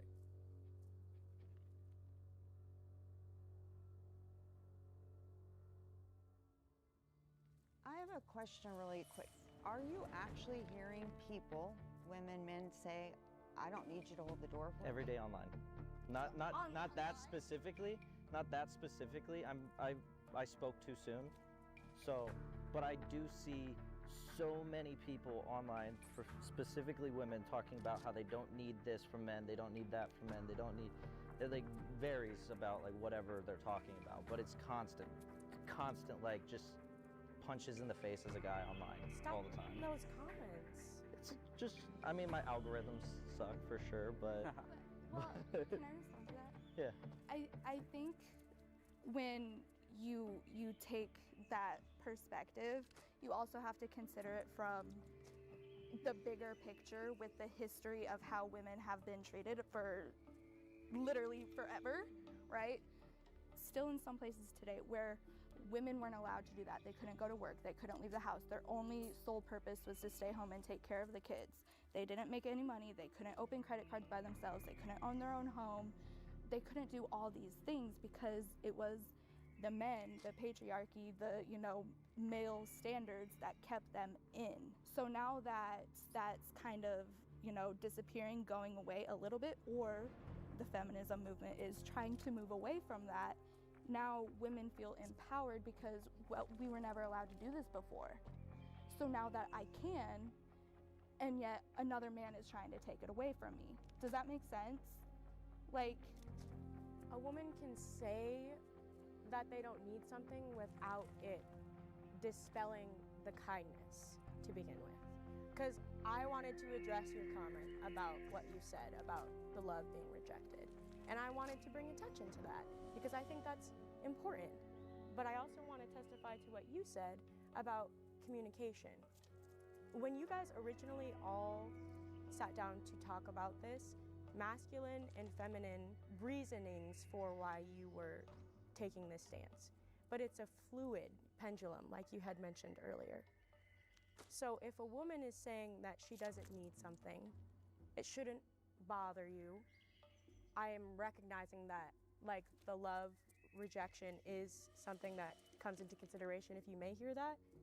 But you don't have to interpret it that way, is I guess what I'm saying. Because that's not. I do think the tonality of it being said too matters. The context, the tonality, there's a lot of different factors about that matters. So like, somebody could be like, oh, I didn't need you to do that, but thank you. Like, that's totally different than, I didn't need that. And I think maybe I came across wrong with that is I will always say thank you. I always will. I'll never be like, oh, like, stop doing that. Or like, I didn't need you to do that. I'll always say thank you. It's always appreciated, but just, that doesn't necessarily mean I'm expecting it or I need it. Yeah, and I should clarify, not all women do that. Not all women are like that. Everybody's different. So in the grand scheme of things, when I say women specifically, I'm talking about the women that do that. Men's mental health is ignored by society. I'll start by having everyone that agrees come up now.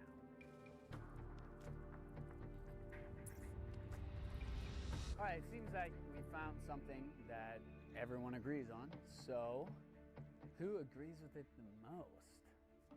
All right. I feel like I mainly came here to talk about this. So it's pretty clear. I mean, we all agree that men's mental health is kind of ignored. I think school shootings, for an example, is prominently male because those people don't have the resources necessary to. They do, but also society doesn't push it on men as much. My experience with like taking care of my mental health, I went through a pretty bad breakup, devastated me. She was trying to get me to go to therapy and kind of take care of myself. And I was just like, I don't need that. I don't want to pay somebody to listen to me. I can talk to somebody if I wanted to. Like, once things ended with her, just kind of was like, you know what? I'll sign up for therapy if that's what I need to do. And it was serendipitous. My therapist was an actor. He spent some time in LA, so he related to me when it came to like filmmaking and stuff. Like, it was so serendipitous, and it helped so much. We could talk about like the suicide rate when it comes to men versus women. I mean, that's a huge thing too, but you drive down the street and you see women's clinics everywhere. Like, where's a men's clinic? Like, going back to the school shooting part, always hear about the gun, you never hear about the mental health. So those are kind of my points. First of all, I commend you for doing therapy, as I commend anybody who does therapy. Proud therapy person myself, been in it for years and will continue for it as long as she'll take me. There are men's clinics, just an FYI. So mostly tied to erectile dysfunction, but there are. I don't but have anyway, that. 2 for 1. yes, statistically, 61% of our school shooters are male, and I think that the fact that we're not digging into that further as a society is really problematic. We're not taking care of our kids, all kids, but our boys. It ties back to, I think, the toxic masculinity, allowing them to be emotional or angry. But how do you, when a kid is angry, how our young boy is angry, how do they express that? Maybe they need to be taught, and we aren't necessarily teaching them. All of you here appear to be younger than myself, so you're in a generation that I hope that you can help thwart that. I feel so strongly about what both of you guys have said. I'm also a proud therapy goer. I have a personal tie to this question because I grew up in a household with a father who was not very present, who didn't know how to express his emotions, and I kind of grew up resenting him for that. A lot. And I went to visit my grandmother the other day, or a couple months ago, sorry. I can't believe I'm crying on camera, sorry. Take your time, take your time. And I looked at this picture of my dad when he was a little boy. And I talked to my gran about what he was like when he was a little boy. And that was a different guy that I knew and that I grew up with. How wonderful and transformative therapy has been for me. And I think about how if anybody had told him that it was going to be okay, or told my grandfather, who was a veteran and who fought in Vietnam and who had severe PTSD, that his terrors were real and not in his head, that he wasn't crazy, I imagine my family would not be as fractured as it is today. I think about my little brother. I think about how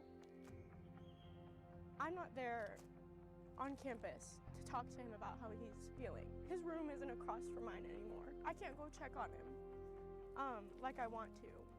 So if you are watching this, and instead of seeing my tears, I ask that if you have a man in your life. All right, sorry about that, folks. I'm back, but let's get back into the roll of things here. That you care about and that you love, you give them a hug and you tell them that their mental health matters, so that one day their daughter doesn't end up on a show crying in front of strangers. But I'm proud of you for going to therapy too, because that's a really big deal. I want to say thank you for sharing that. Okay, let's make something very clear here. Going to therapy is something that can help you, but that doesn't mean it will help you. Because, you know, we also have to acknowledge the other thing here. And what is the other thing here is that a therapist can help you if the therapist is willing to put in the effort. Key phrase here: put in the effort and actually do the thing that actually helps you. I think it's very powerful, and it made a lot of sense. And I think you probably moved a lot of people with that. So thanks for sharing that. And I can relate. I have kind of the same story too. So I was like getting tripped over here too. So you're not alone in that either. So. I guess when you hear a prompt, you don't really think about, I mean, that's what it really looks like, right? And there's real people that suffer as a consequence of it. What do you guys? So I go to therapy. I've been doing therapy for 2 years. I go to AA, I go to church, I do men's groups. I mean, there's such an epidemic with addiction. Pornography is a massive addiction that no one's talking about right now.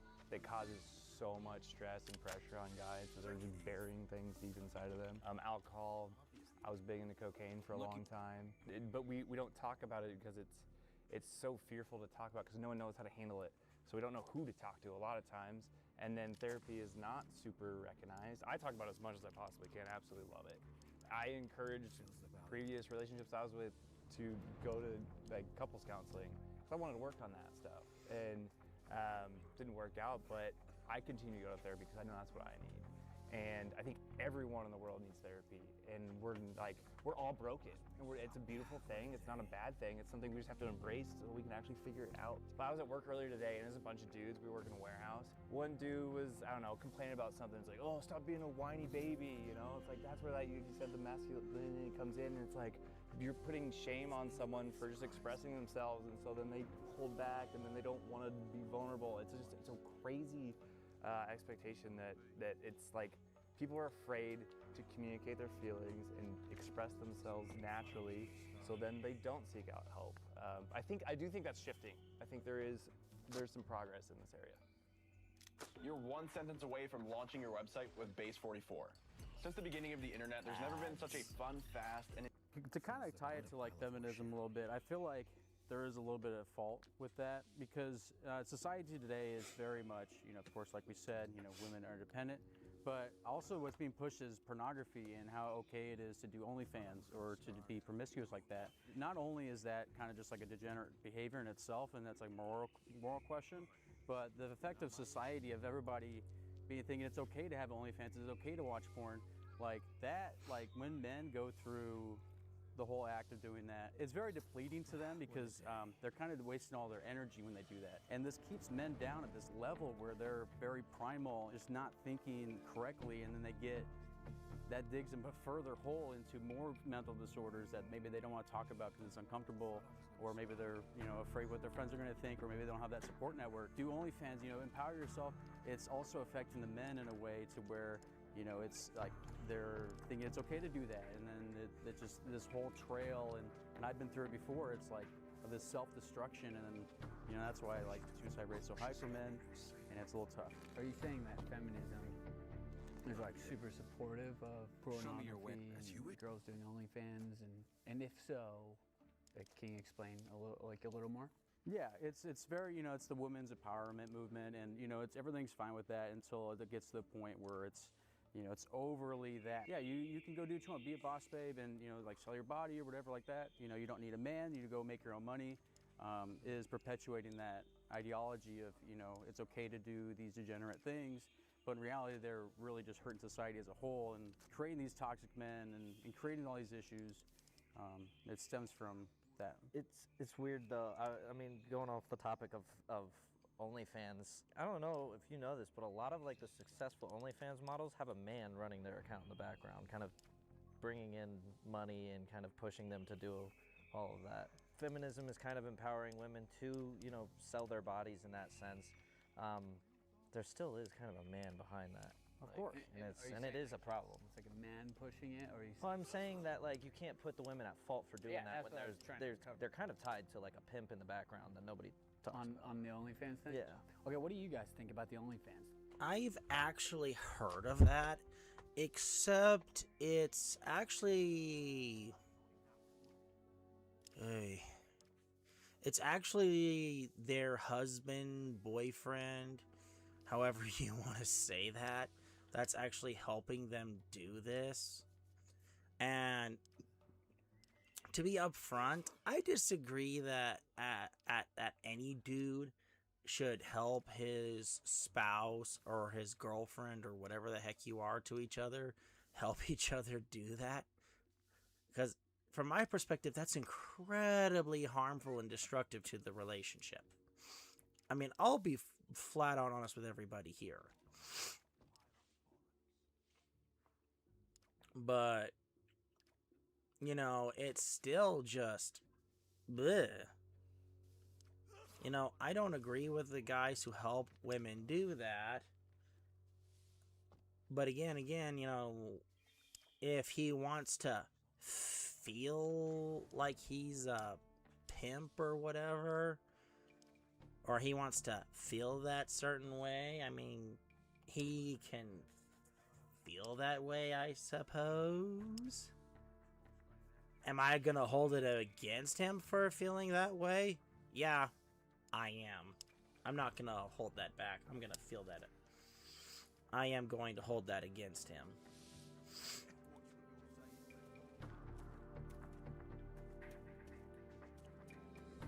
But still, does that sound like a healthy relationship to anybody here? where a guy is in a very weird way pimping out his girlfriend online. I mean, I can understand you're living in a tent in a forest and it's either she goes sells herself for $50 so you can go get some food, basic toiletries to keep yourself clean. Hey, you. We have on. The question is, what are you interested in? Let's see. Yeah, that'll do. So, I mean, yeah. Let's trade. What do you want? So, I mean, yeah, I mean, I do understand the necessity of survival, but even then, I don't endorse this, period. I mean, if it's, you're gonna starve to death, starve to your very end, or, she walks out and says, hey, $50 and I'll let you hit it. Might just be smarter to let some rando hit it while he's wearing something just so you can fill your stomachs. Because it's either that or your end, between life and death, I could sit here and say there should, it's... Here. Good. Great idea doing bit. Some sacrifices are necessary. Sure. But in the end, is it healthy? Heck no, it's not. It is not. Just in general. I was going to talk to you about normalizing language around therapy. I was a teacher, and kids would come in and out of class that were going to therapy. And I would always be like, oh, you're going to therapy? So do I. Just normalizing the language is really important.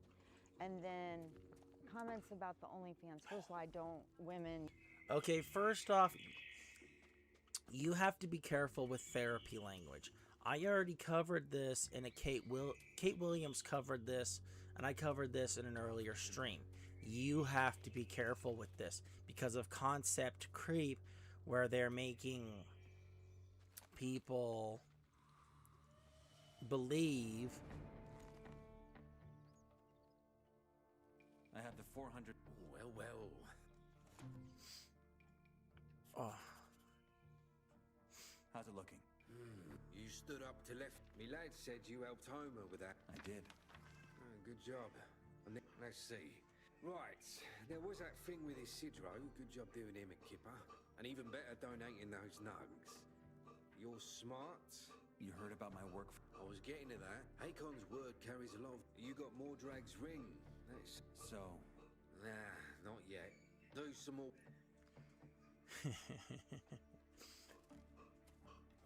Silas. Oh. Wow.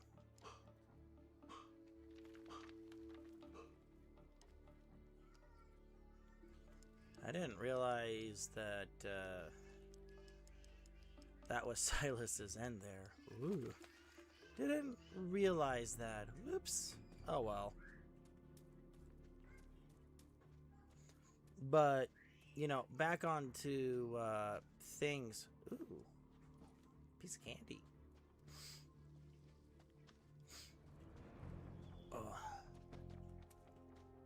But, back on to subject here, the point is that what are we looking at here? Are we actually looking at any benefits here? Not really. And yes, our society does ignore men's mental health, obviously. If they want to use nudity and use their body to sell, I don't see it as degenerate. It's just a values difference between... No, it is degenerate. I mean,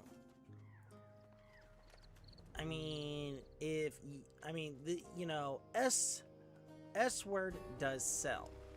That is fundamentally true. And yeah, every guy wants a piece, but what is that? What are you doing with that? You're using men's natural dopamine. What do I want to say here? You're using men's natural dopamine triggers, or what it means to be a guy to sell a product. And, you know, that's not very moral, if you will, here.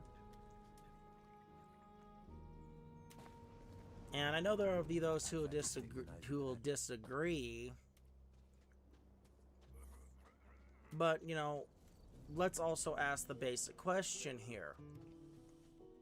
If all you have to sell is box and pics of this and pics of that, what does that speak of your character? All you've got to sell is yourself. And that's all you're selling, is yourself.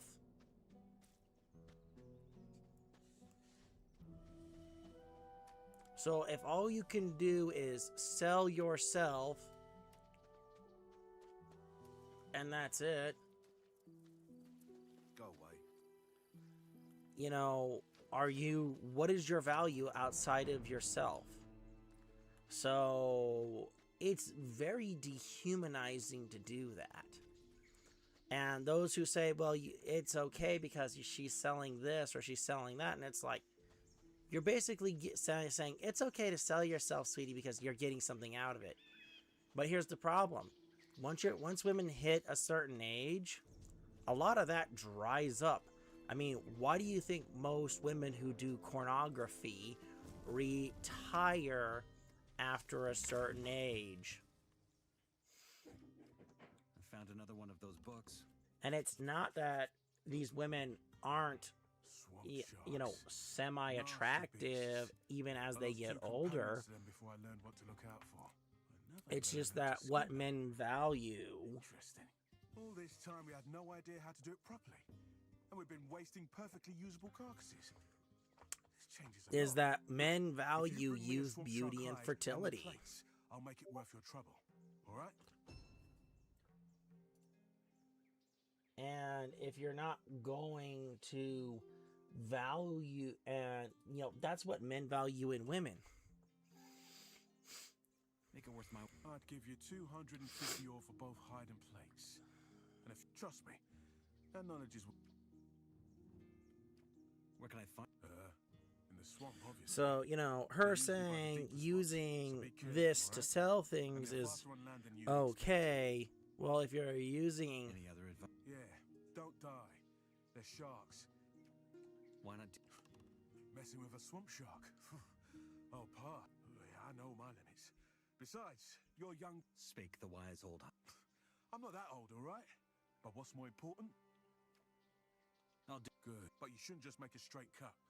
Go for the connection between the skin and good hunting. Hunting swamp sharks is a pain. Show me those...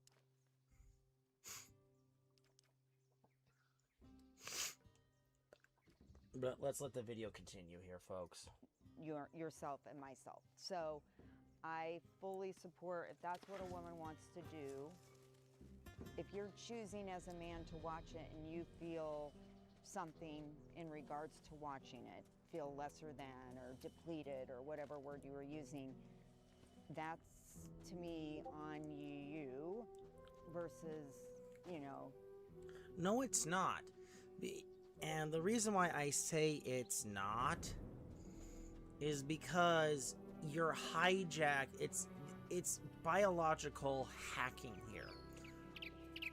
What a man looks at a woman with fertile features and says, hey, she's presenting all of the right features for having children with here. And if she's presenting this way, what does that say to him? This says to his brain, hey, you can have... She will produce viable offspring here. And you know, that's, you know, just part of it. You know, this is where you have to vet if she'll be a good mother. Sure did. Yes. You said I... But still, she's wrong here. Very wrong. Better get this now. What can you teach me? Depends.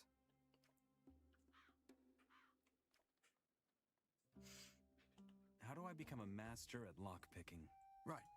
That So, feels like a remember what I choice. told you I'm about not, being there's gentle with your nobody, I don't picks know who's and all? strong-arming you into looking make at a special OnlyFans. sound Yeah, I when think they're that's about just to kind of break. like a Learn to bad attune your argument to ears make to it. against that. You'll never waste one again. You know, it's an Good luck. addiction, you know, and a lot of men are tied to it, and it's very hard for them to stop. And Right. so if we're on X scrolling and we see 1 million girls on OnlyFans, they're more tempted to do that stuff again. That's And- algorithms too, though. You what? I said that's algorithms too, though. Yeah, not on my algorithm. But is it the woman's fault for that? If they're the ones that are doing it, pushing it out, yeah, they're to contribute to it. But it's also as a society as a whole, like they want to make money off of you, and so they're pushing this whole feminism so you can pay more taxes and work a 9-to-5 job, work for somebody else, and break up the home. Like it's this whole organization of, you know, they don't want what we had before, which was stability and strength. I think more than likely, and I don't know because I haven't done my own poll, but I would guess most OnlyFans models probably didn't have strong male role models in the house. So it really comes back to men's fault. What do you guys? Actually, according to what is theorized, and there have been some polls about this,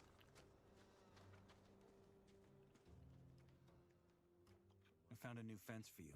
Really? Well, works for me. His name's Sharky. Damn. Anyway, yeah, appreciate it. Don't worry about it. Show me your goods. now where was I? Ah, yes. Anyway, as I was saying, actually, wait, I lost my point. Hold on, let me rewind. Think of that. Well, like they want to make money off of you, and so they're pushing this whole feminism so you can pay more taxes and work a 9-to-5 job, work for somebody else, and break up the home. Like it's this whole organization of, you know, they don't want what we had before, which was stability and strength. I think more than likely, and I don't know because I haven't done my own poll, but I would guess most OnlyFans models probably didn't have strong male role models in the house. Actually, somebody actually did a poll, and they actually looked into that. And the weird thing was that it was about 60 to 40. There was about 60% of OnlyFans models didn't actually have a father in the home, and there was the 40% who did. I mean, there was even a couple cases where their fathers subscribed to their OnlyFans page and they were horrified.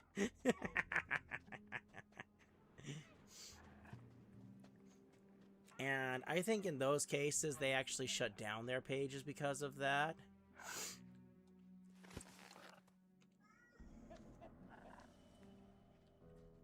But still, you know, and mind you, I don't know how accurate those polls were, so don't quote me on that. I just know they happened. And I can't tell you just how accurate they were.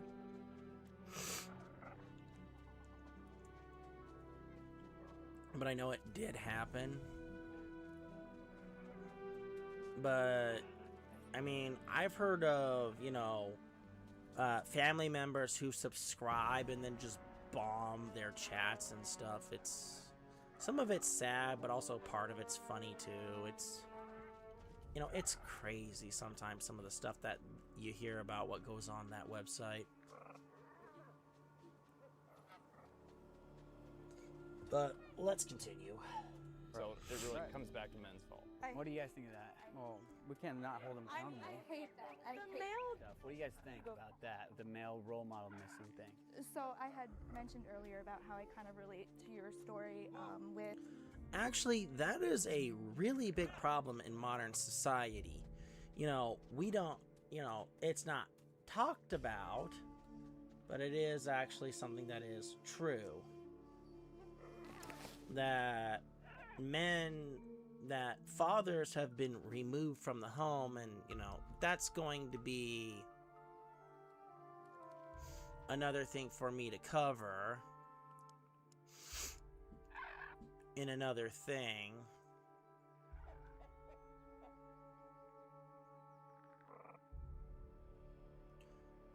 But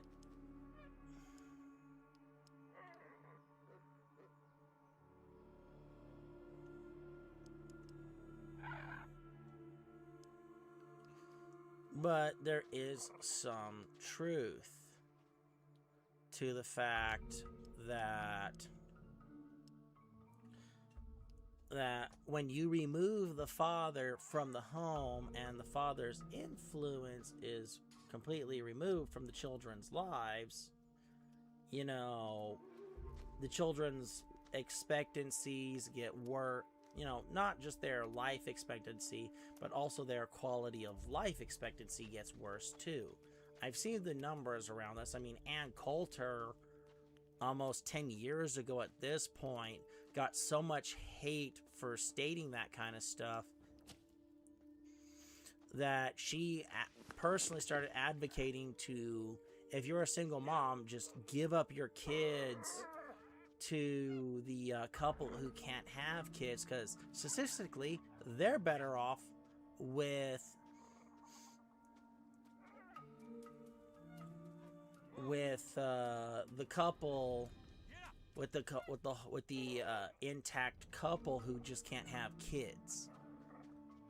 And even to this day, those statistic numbers have not changed. At least last time I heard any of the data sets that came out about it. Those numbers still have not changed. That children become more productive, are happier in intact families, and no single mothers involved. Now, to be fair here, there are some single mothers out there who do their damnedest. Yes, that is true. But in the end, it still doesn't change the fact that children need, both boys and girls need their father. And the women who say, no, you don't, that is a big lie that has been sold, and it's been one of the most damaging lies to Western society. Now, it is true that if the father is an abusive a-hole, you know, it is true that, frankly, they are better off without him. That is true.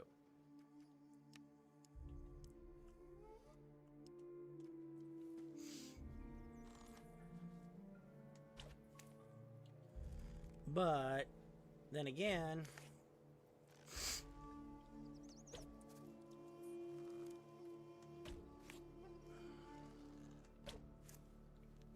oh, I'm not doing anything to that fire lizard. Darn.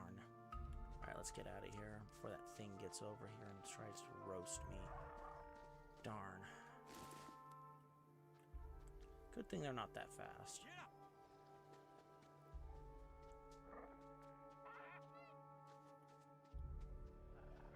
But still, you know, it's still a really big problem that's not talked about, that fatherlessness, which, you know, is a problem in our society, and no one really cares to do anything about it. Courts don't care. States don't care.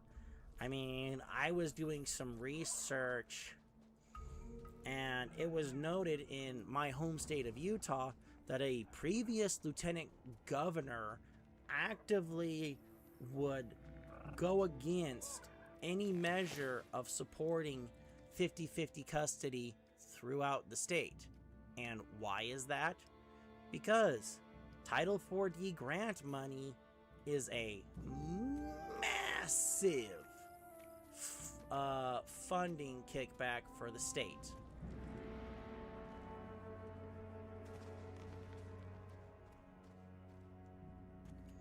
And, you know, I mean, I recently read in the news that there's a lawyer in another state pushing for RICO against the family court system.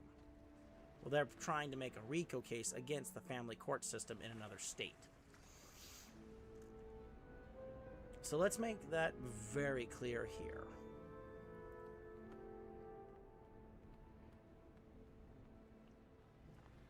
But, you know, fatherlessness, no disciplinarian in the home, because mothers are harder on their daughters than they are on their sons. That's actually something that psychologists have seen.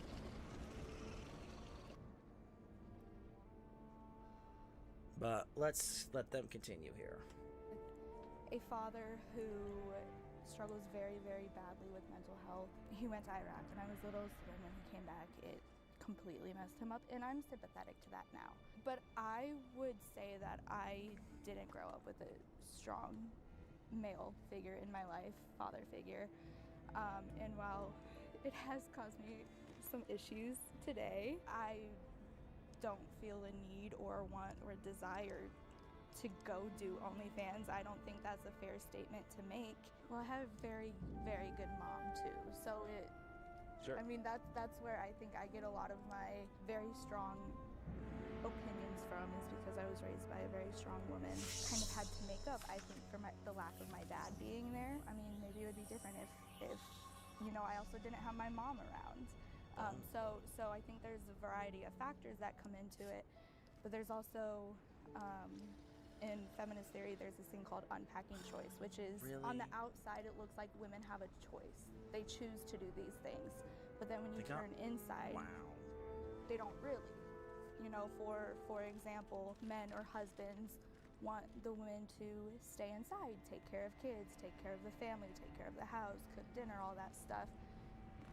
And they're happy to do that, sure, but then they're not making money. They're not making a living on their own. So then they find a career or a thing that they can do from inside the home. So was it really their choice to do that? And sure, there's other, you know, routes you could go for sure. But I also think that goes back to what you were saying with a lot of the time men are behind the cameras, you know, like, so I don't think that's necessarily a fair statement, but I also think it's like, if men want to see it and I have the means and it's gonna, you know, it's women empowerment for sure, but I don't think that would be fair to say that it's because I have daddy issues that like I'm gonna go open an OnlyFans. Since we're talking about mental health, I do think OF certainly probably has a prominent effect on anyone's mental health who does do it, because men do OF too. Like, there are pretty sizable followings of men who can profit off of that as well. And I think that all of us as a society need to recognize that there is going to be mental turmoil that comes from accepting objectification in order to make money. No one wants, maybe they do want to do it, you know, but there's a toll that might have on any person, not just women. And I really liked what you said, and I've studied that theory myself in school. And I would like to challenge you to think about that next time when you're thinking about women who are occupying those fields. Because at the end of the day, it's just work. Yeah, I could get in a whole thing about capitalism, so I better just stop it there. This is your brain when you're struggling to focus. And this is your brain when you're in the zone, but getting in the zone. Andrew Tate is a net positive for society. We'll start. Tate is a grifter and a money grabber. Some of his ideas may have some merit, but overall, no. By having the people that agree come up now.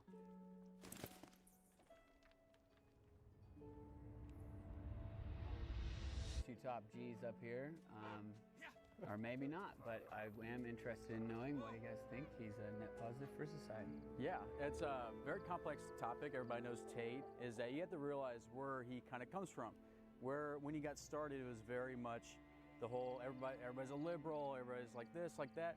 And when you have the whole society swinging in one pendulum, there's going to be people that start to swing back, that start to push back. But I think that what he's doing is he pushes the pendulum of society more back towards like the middle, or even more towards men. It's because like men have felt for a long time that, you know, that women are trying to be overpowering, they're trying to do all this stuff, And then men are like, what's going on? And then when they hear somebody kind of like speaking their thoughts, you know, and they relate with them, they help men become more masculine and more secure in themselves, because they're not just having these thoughts of like, oh, okay, maybe I should bow down to my wife. And they're like, no, that's not right. And then Tate's like, no, you absolutely should not do that. And I think what it does, it helps bring that balance to the society that we needed so badly. And that started too, as you could see, when people voted for Donald Trump in 2018 or 2016. I believe it is a net positive, because he's the counterculture that we needed. And now he's not the counterculture that we needed. The counterculture existed long before Tate. But let this guy continue. You can see today a lot of people are like that, and I attribute that to Tate's success. Okay, so I think there's a lot of weak men in society, and I'm guilty of being one myself. Andrew Tate's older stuff is super extreme and way out left field in my opinion. His newer stuff is not as popular because it's not as extreme. He talks about God now, he talks about being respectful, he talks about being a man and being the role that a man should play. And I think we need, just the whole men's mental health that we talked about earlier, we need more male positive role models in order to get us in that direction. Now, is everything absolutely awesome he puts out? Definitely not. I think net positive though, 100%. Okay, and before we bring up the people that disagree, real quickly, I think it'd be interesting for the viewer to see, like, if you could think off the top of your head, what are some of the most important, useful things that you've learned from Andrew Tate? Has it been a net positive on you? I haven't been like a huge Tate follower, but I like his content. I do like the stuff he says. I'm more of maybe like a Nick Fuentes guy, but what he said, men actually like standing up for themselves and not letting like women or society trample over them. And the fact, like you alluded to too, like there is a lot of weak men, and I would have considered myself like that. And seeing that male role model, like I didn't have one growing up, seeing a guy that's ultra masculine helped me become more like that in myself. Yeah, I agree with that. Again, fatherlessness is a very big problem in Western society. And, you know, in my opinion here, Tate is just another symptom of the problem. Because guess what? We need to let fathers who actually care about their children back into their children's lives. Now, the guy who hits his kids, hits his ex, yeah, no, he doesn't need to be there. You know, that's about the only time I advocate for somebody else to come in and hopefully replace said guy. But, again, you know, they're saying Tate is someone who helps push us towards a better solution. Tate is not. And, you know, they can sit there and say all they want, Tate this, Tate that. You know, that is the furthest thing from the truth. Tate is just another part of the problem. Because Tate does not want to fix society. He wants it to stay the way it is so he can continue profiteering from it. Let's make that very clear here. I think he's really pushing do things that are hard because it'll benefit you and it'll benefit all of society. Like, don't back down from things. Like show up and be a man and be strong for yourself and for your family. I think that's beautiful. Okay, and I think now that is the time to bring in everyone that disagrees.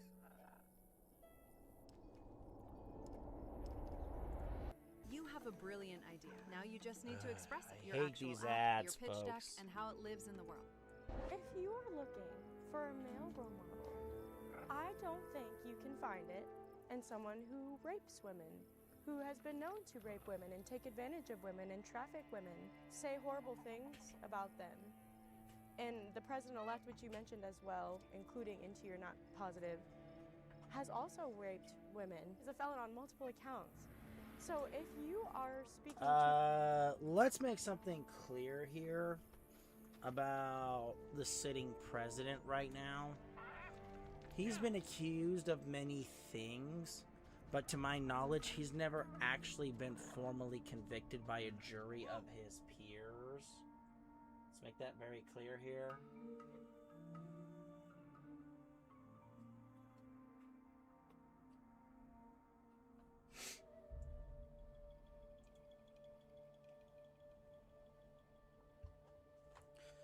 So, yeah, no. To my knowledge, the sitting president has never really been fully convicted of anything like that.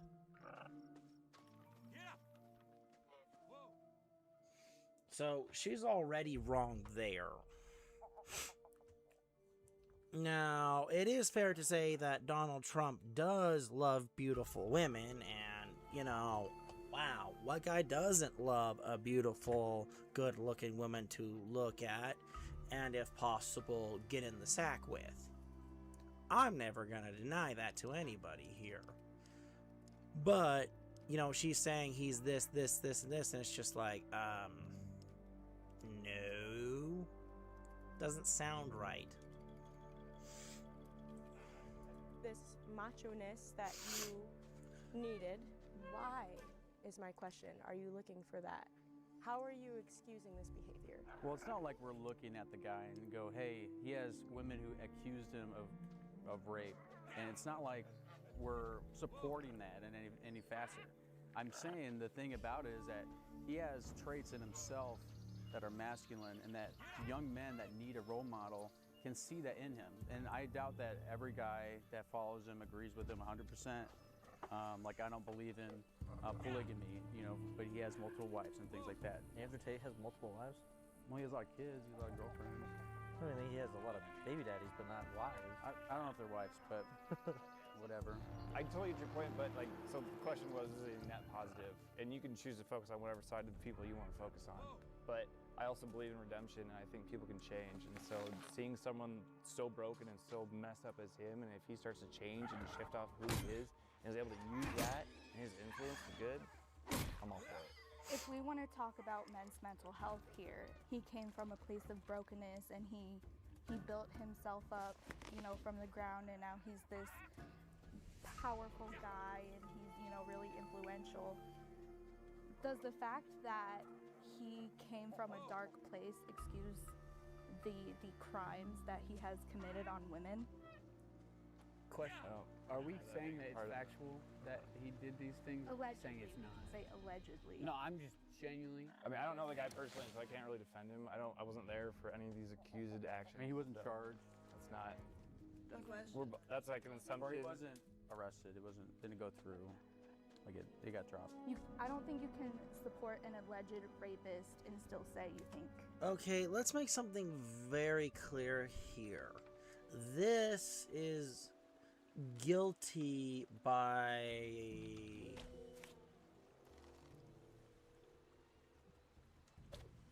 This is guilty in the court of public opinion.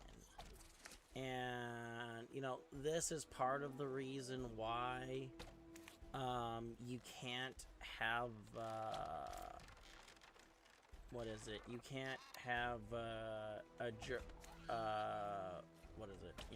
jury trial ruled by feelings. You have to have it ruled by facts, even though there have been more than one trial. I mean, the Duke Lacrosse case was a really good example of men getting the short end of the stick.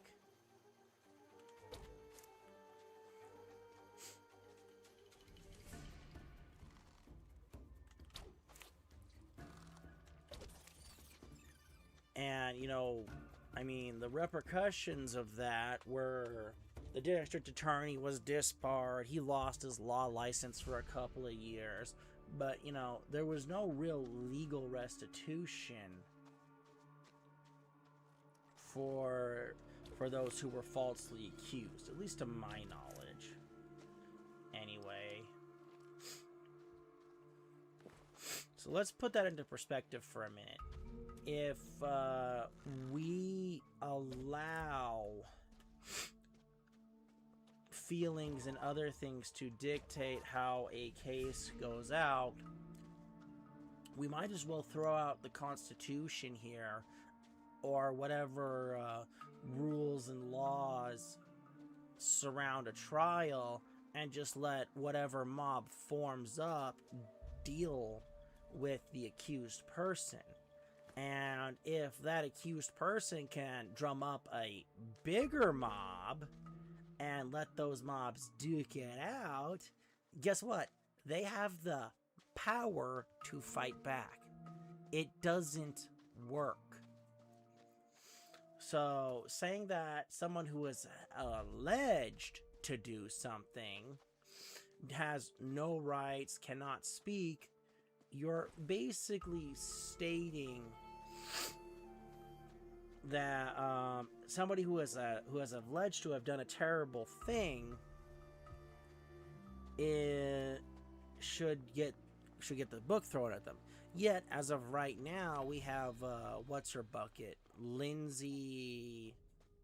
I forget her last name, but the whole Lindsay case where the woman fully admitted to what she did to her 3 children. Mind you, one of them was a 5-month-old baby. The kid couldn't feed itself, still in diapers, and she still took an athletic device and wrapped it around the poor kid's neck.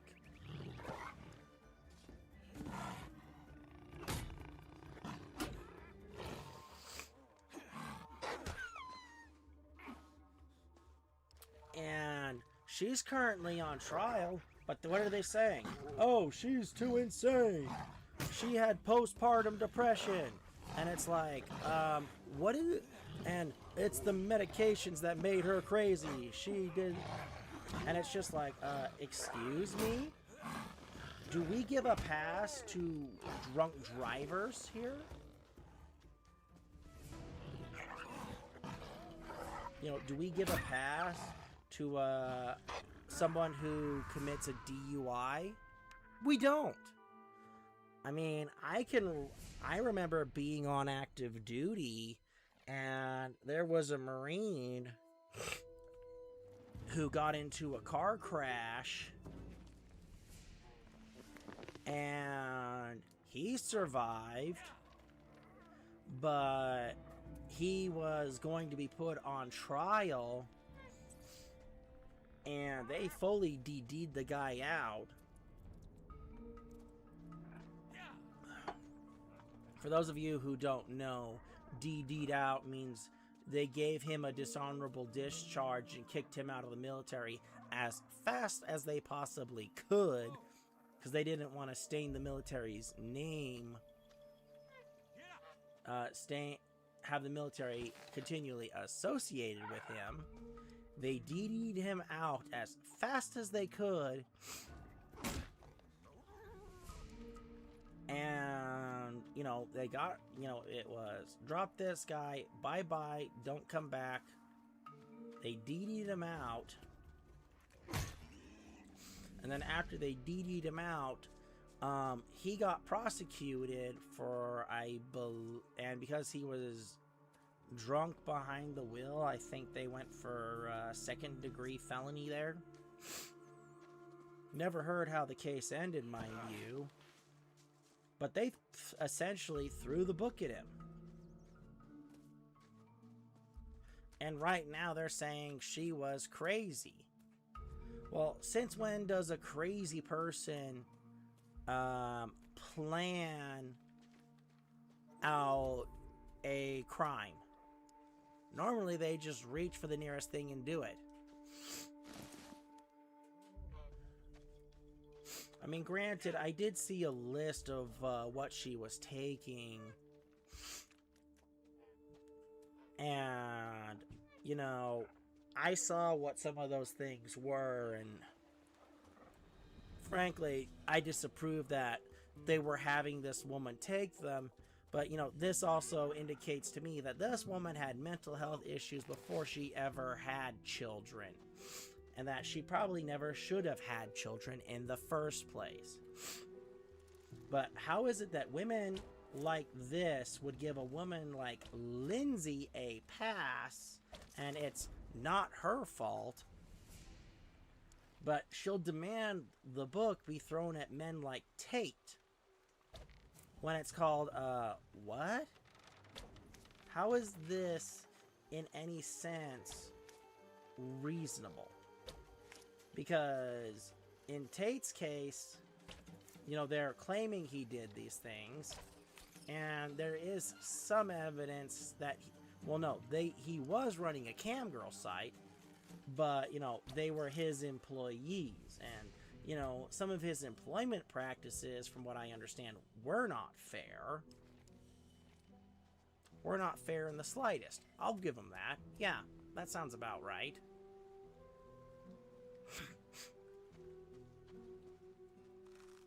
But again, these women would demand the book be thrown at Andrew Tate, yet they'll give, what was it, Lindsay Clark or whatever her name is, they'll give her a pass because she had postpartum depression and other mental health issues.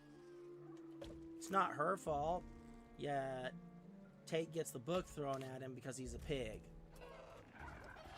Now, am I saying that if Tate really did do this, I'm giving him a pass? Absolutely not. If he did do these things, then yes, he does deserve the book thrown at him here. I'm not gonna back off that in any way. But I'm saying if Tate did this, then he should have the book thrown at him.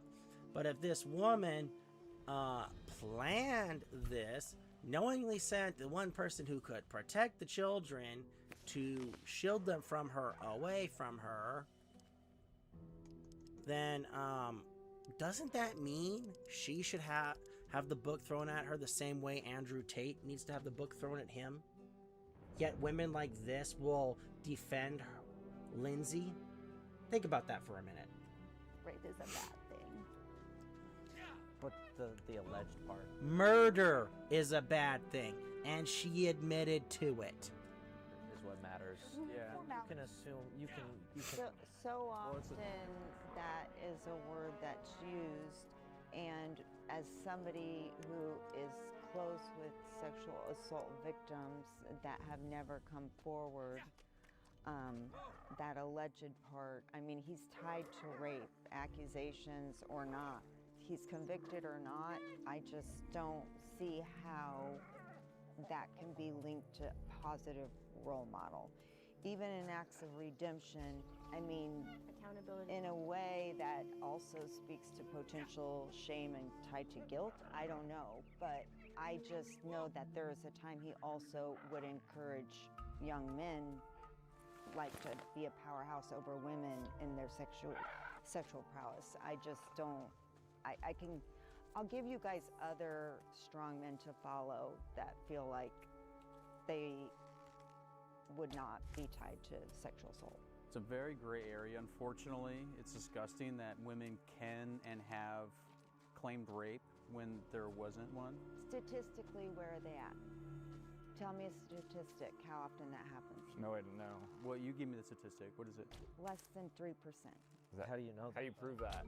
I guess. Well, statistics are just statistics. I mean, it doesn't. People lie all the time. There's no way to prove that. Yeah, I mean, So- you can't just base your whole theology off of just statistics because they're very skewed or biased. I think you can though. So I've been raped twice. And the first time I was, it happened in college. And I told my roommate about it, and all she said was, "Welcome to the 97%. The problem here is that the stuff that this woman is quoting here is they're quoting intercourse after the fact. That they consented and then later regretted it. It's, you know, it's, have you been with someone who you regretted being with? Oh, guess what, girl? Guess what that's called? Or there's also the fact that a lot of redefining of things have happened. I mean, there's been more than one case where women assumed they had been R-worded, and then when you actually looked into the data, you know, their concept of stuff happening was some dude said hi to you, I mean, that wasn't the exact thing, but someone honked at you, or someone went up and put their hand on their shoulder and says, "Hey, are you okay?" You know, it was unwanted contact in the moment, if you will. And, you know, it was very much, "Are you kidding me?" You know, some guy who taps you on the shoulder says, "Are you okay?" or this or that or the other thing. You know, that's not, you know, S-word assault there.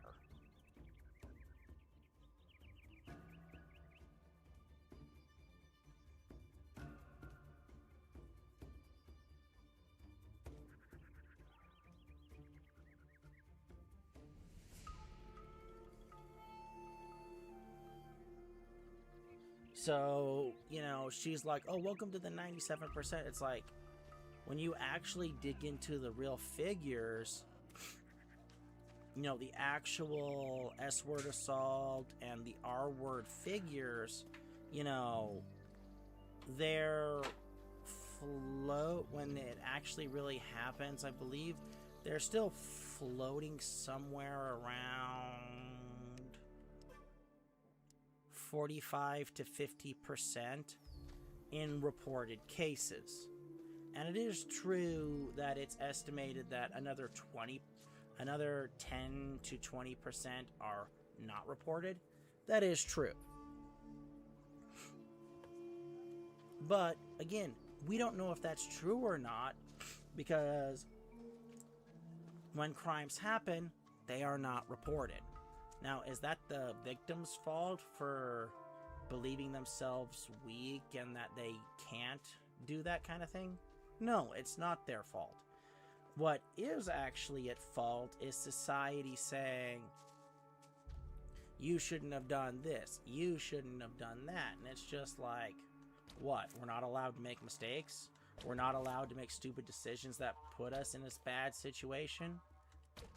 Or, you know, or if push comes to shove, you know, your gal pal's like, "Girl, let's go do this thing." And, you know, next thing you know, some guy brings you a Cosmo, a martini, you know, whatever.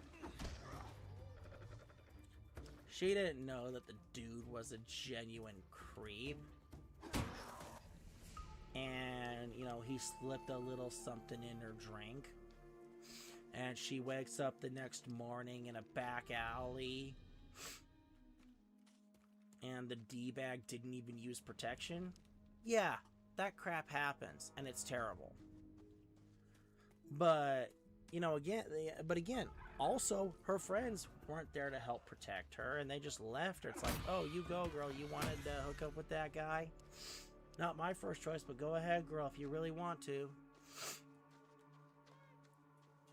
You know, accountability in certain situations appears to be an allergen for some people, women, when it comes to certain situations. Now, am I saying it's all women? No. But, you know, you gotta, when you go out with your girls, you know, and you're playing with fire, because there are going to be some guys who will take advantage of women if given the opportunity. You know, sometimes being mindful, or taking your gay guy friend who hits the gym really hard with you there, is a wonderful idea.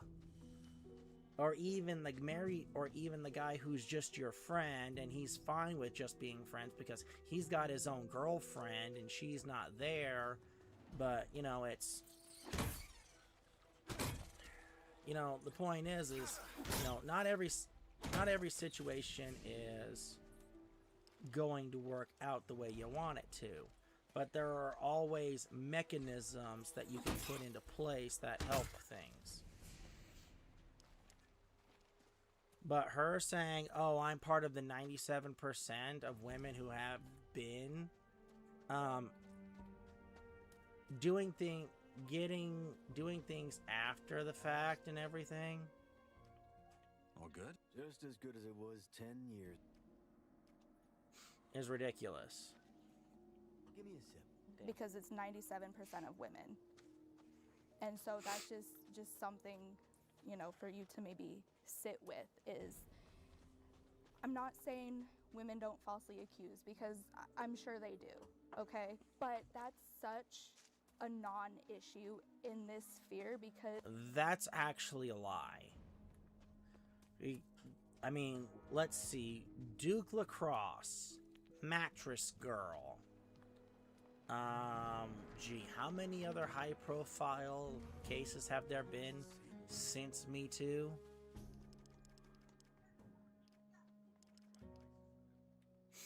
Have happened? You know, it's really quite simple.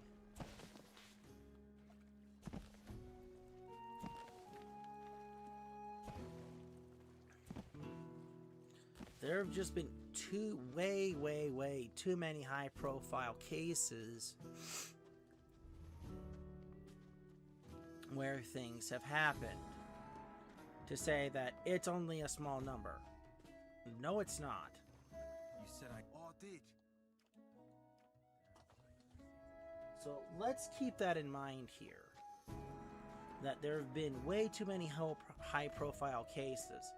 And, you know, let's also not forget how many mothers in divorce cases accuse fathers of S-word abuse and other things. So that way they can get custody, get the sympathy from the court, and it's, oh well, you lose, I win, ha ha ha ha ha, F you.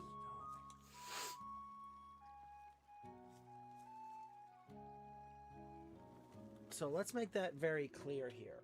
It does happen, and it's actually believed that false accusations are more common than the actual crimes of the R word.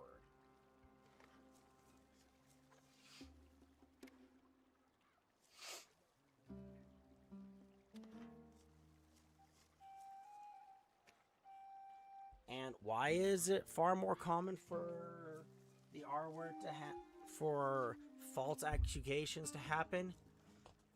Not because it is... Not because women are evil. It's not because of that. No. It's because it's easier to win in the court of public opinion than it is to win in the in criminal court.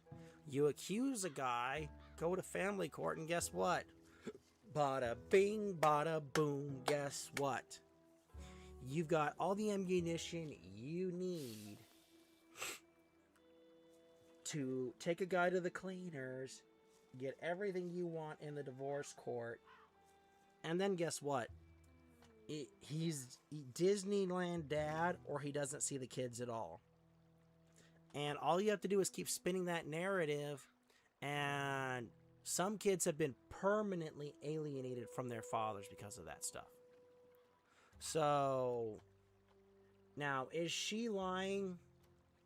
Who knows? But the thing that doesn't matter here is not what she's lying. It's that she believes this wholeheartedly and doesn't even consider possibly that she's wrong. Think about that for a minute. Almost every woman I know has a story like this.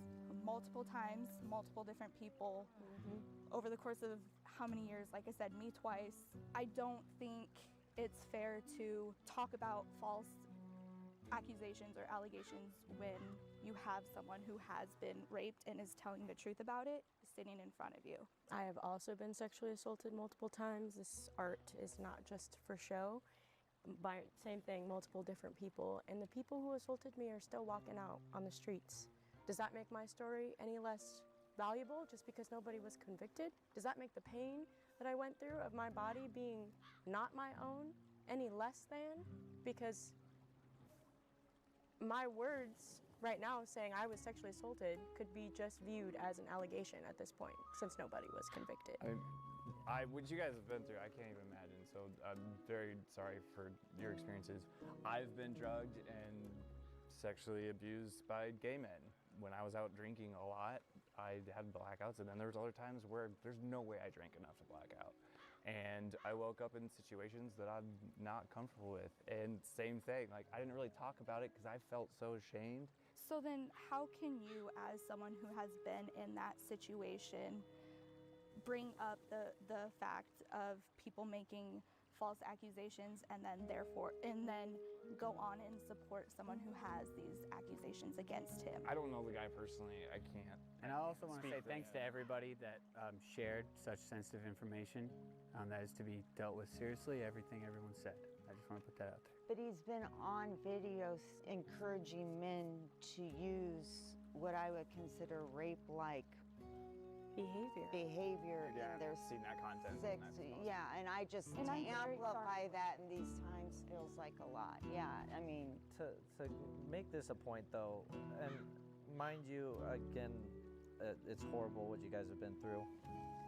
There are some women out there that really like it aggressive, though, in that sense, and they welcome it.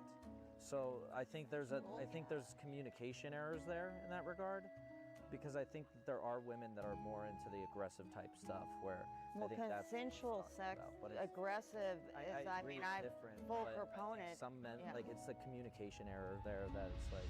In society, more is expected of a man than a woman. I'll start by bringing up everyone that agrees with the statement now.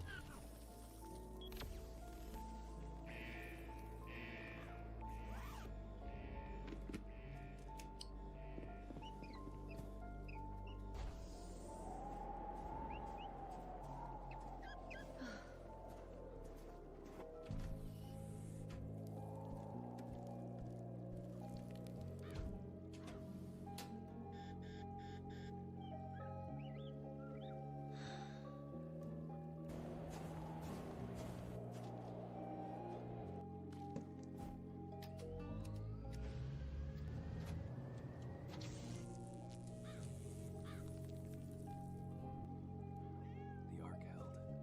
Because of you. And all the stars we can reach are in. All right, I think a fair place to start would just be saying, like, in society, what do you think is expected of a man? Men need to be the provider, but nowadays we also need to be perfect in a way, I would say. Like, there's a lot of these, oh, he has a red flag, cut him off, you know. Instead of like working with them as a human and letting everybody know we have our own flaws, you know, I feel like we don't get like that grace. You know, inflation and all this other stuff, it's tough on a guy trying to provide. Our scene in society is that if we're not going out and we're not a winner, then we're a complete loser, that we don't deserve much. And we also see that reflected in how women treat us. You know, there's that thing, women need a guy who's 6 foot, 6 figures, 6 inches. And so it's like, you know, there's a standard on a guy that women are like, yeah, I deserve that type of guy. You know, and like the whole inflation isn't crazy. It's just they think that they all. Yeah, Mr. Dreamboat who doesn't exist. Deserve this perfect, awesome man, and in reality, it's like you need someone who's, you know, of your equal. I think guys are more willing to put up with things they don't like in women than women are of men, and I think that's also due to the fact that there's a lot of shitty guys in the world that have kind of skewed the way women see men. Do you think they should put up with less? No, I think that they should hold men to a specific standard, but I think that when one little thing happens, they're just thrown out the window. It's like, well, a guy can have one little thing happen with a woman and probably look past it. So like for me, one example was most recent. Everything was great with this girl. Said one little thing that wasn't even like super like problematic, and I clarified what I meant. The clarification didn't matter, but then everything was gone. I was like, okay. So like 99% loading, and then that 1% failed. Got it. cool. Yeah, and I think it also too, like with like the dating app culture, you know, women, they can go on a dating app and get literally 100 guys right away, and so they're like, oh, I have all these options. I'm just going to choose like the most perfect one who I think I can get. For a lot of guys too, they don't have really many matches at all, and so when they do get somebody, they're like, okay, let me try her out. But then she treats him like just an option. First of all, stay off the apps. This is not a good way to meet somebody. Second of all, I would say more is expected of men publicly. It's less talked about what's expected from women. Men are very like put on a pedestal a lot of times, and they're, like you said earlier, like they're supposed to be perfect. They're supposed to have it all together. They're supposed to have financial stability, emotional stability. They're supposed to lead well. They're also supposed to be empathetic. They're supposed to be all these things. And yeah, then we're crucified and canceled if we're not held up to this insane standard.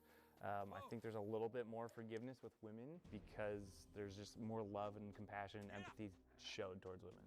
Okay. I think that's a great time to bring in the women we have here. What do you guys as women actually expect out of men?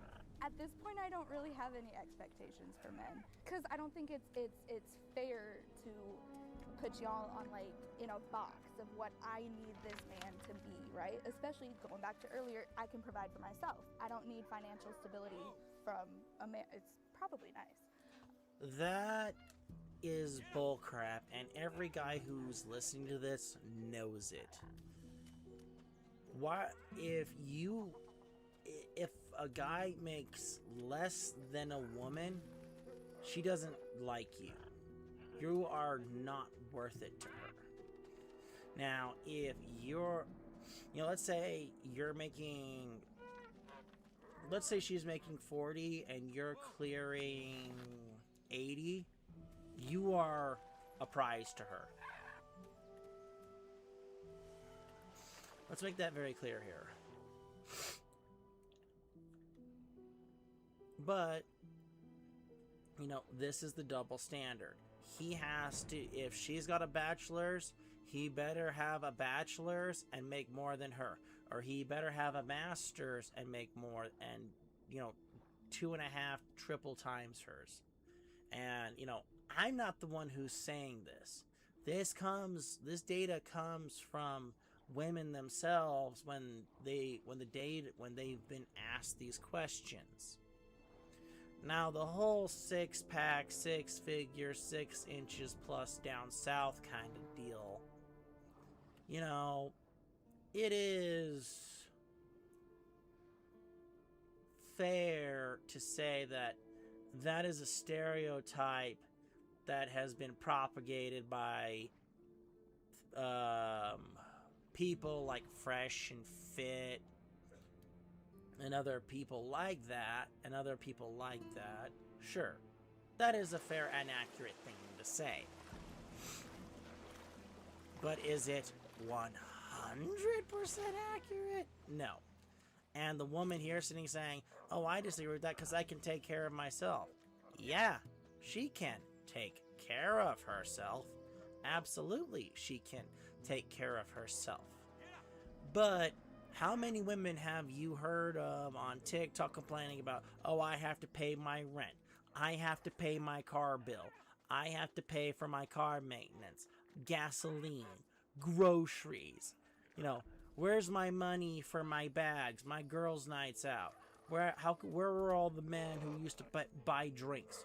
Where are the men who used to make my life on easy mode?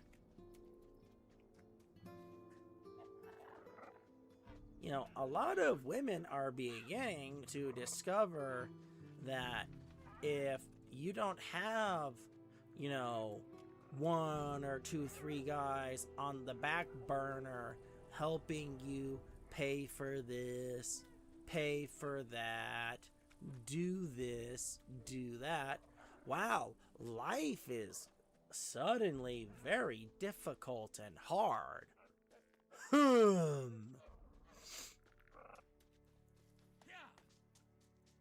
I mean, think about that for a minute. Oh, I don't need you. Honey, you can only lie to yourself so much. I mean, why does it look like the guy in the cap here is smiling? Because it looks like he actually knows the truth here. But don't need it. But I was listening to you guys talk, and you were just saying, you know, she needs strength, financial stability, you know, working, strong. Who set that system up? Men. So why are you complaining? Wrong. No, no, no, no, no, no, no. Nature set up that system. Now, I can hear a bunch of women going, "Ghost, that's fundamentally incorrect. It was men who set up this system." Wrong. Nature made this system.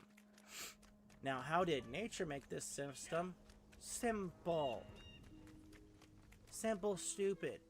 In nature, what is in each species? What is the primary function of male and female? In females, the primary function is to reproduce and tend to the next generation. You see this across all types, all sapient species. You see this in big cats. You see this in big dogs. You even see this in predatory birds, where they couple up and link up. Even in macaws, you see that the primary purpose in the female of the species is to make sure that the species line continues. And how does that happen? By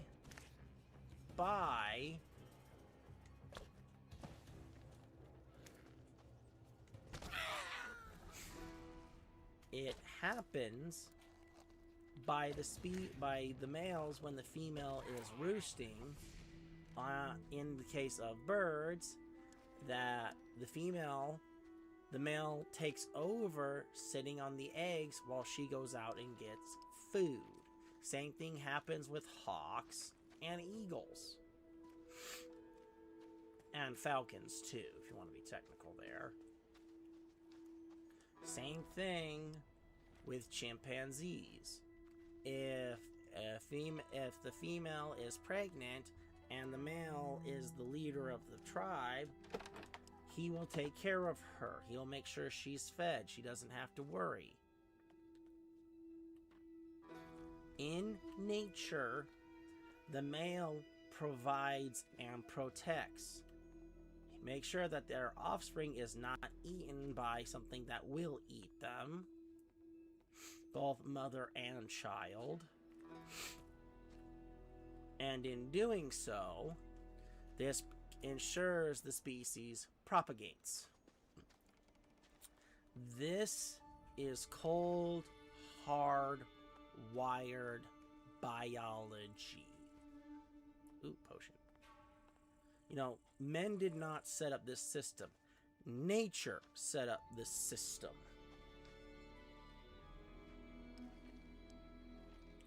Now, is it true that the right kind of men can flourish in this system? Absolutely they can flourish. And in fact, they can flourish so well, you know, it's almost amazing how good some men get at it.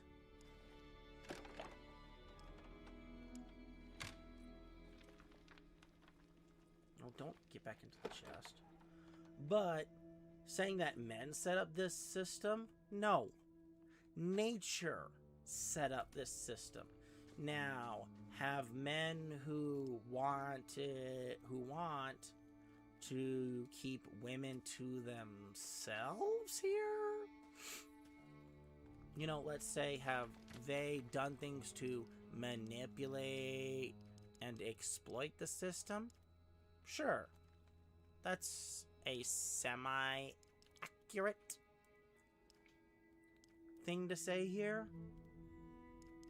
But is it wholly accurate? No, it's not. In fact, saying that men created this system is one of the biggest lies so far I've seen on this thing, on this Counterpoint video. And yes, this is a blind reaction. I did not watch this beforehand. So let's make something very clear here. Nature made the system, and are there some men who took advantage of this system? Absolutely, because it was easy for them to do so.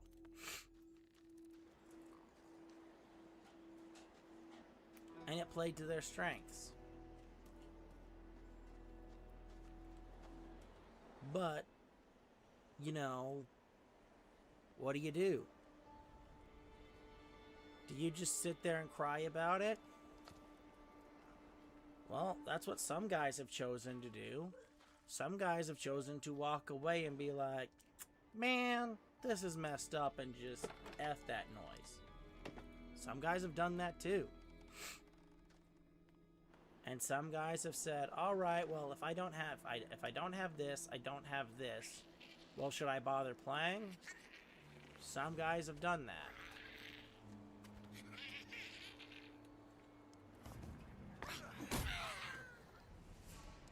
And from my perspective here, if you're a dude and, you know, let's say you don't really have the ability to play the game well right now, then spend some time, learn the game, and work on it. If not,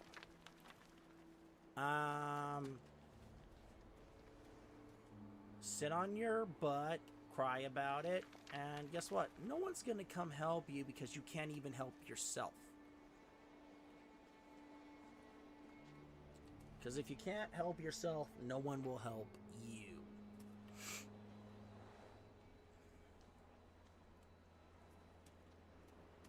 Now, I know that sounds fairly mean and cold, but it's the truth. If you can't help yourself and you can't do anything yourself,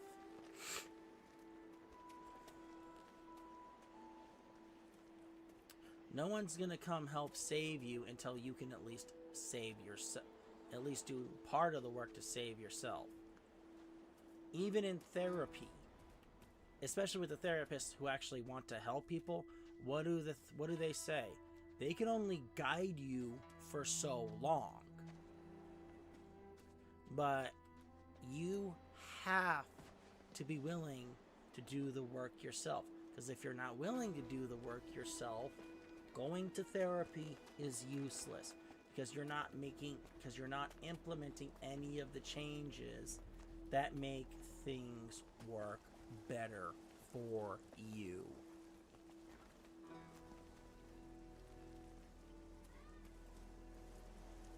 Seriously, think about that for a minute. I think it's a time thing. I think the generations before us have set us living in this time period up to fail. If I'm gonna be honest. I think women feel the same way. Yeah. Like a lot of the things that you guys were mentioning.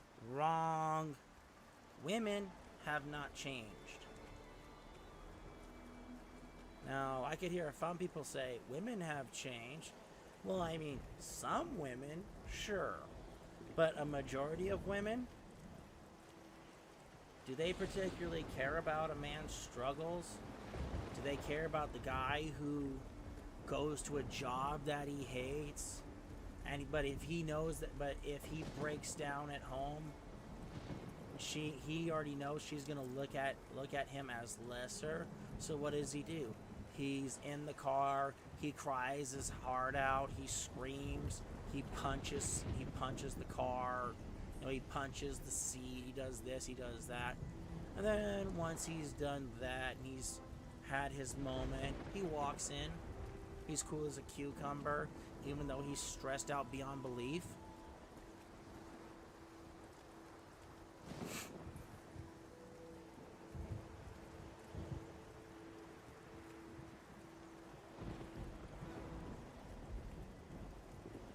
Because men deal with stress differently.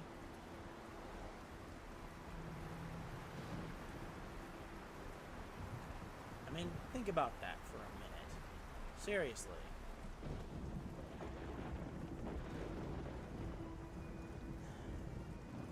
You know, this is almost disappointing.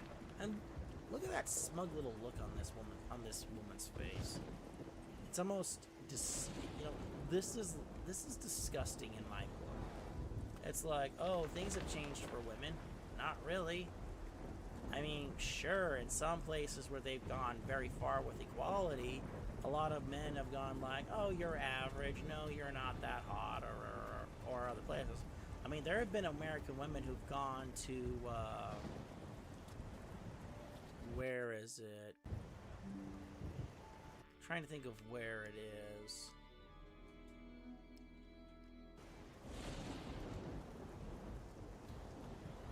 Oh, okay, I can't do that. Those are goblin warriors. I thought those were the black goblins.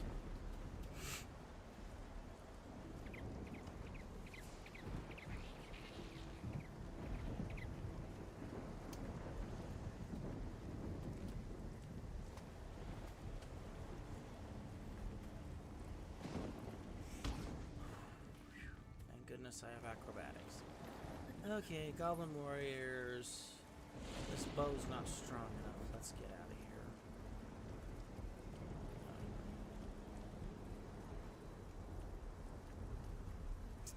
But, again,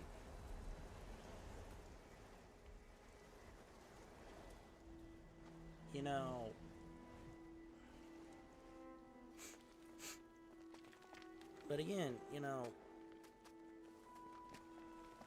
these women aren't really caring about the men's struggles.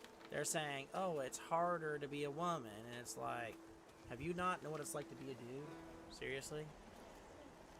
Alright, let me get out of this place and we'll go for outro, so I'll just let this continue playing. About needing to be super attractive, needing to be fit, needing to have enough money in the bank.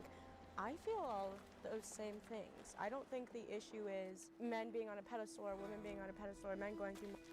No, that is masculinization of women. If you ask any man what he wants in a woman, it's not, oh, she has to have a bank account. You know, Levi Nix has said this the best. Fit, feminine, friendly, cooperative, and submissive. You lead, she follows. You know? And everything in the end works. And everything in the end, hopefully, works out. Safe place. Alright.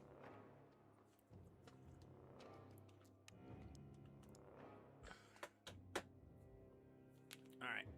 But in any case, everybody, I'm a little bit over on my timing, but not as bad as last time. But thank you for watching. Hope you enjoyed.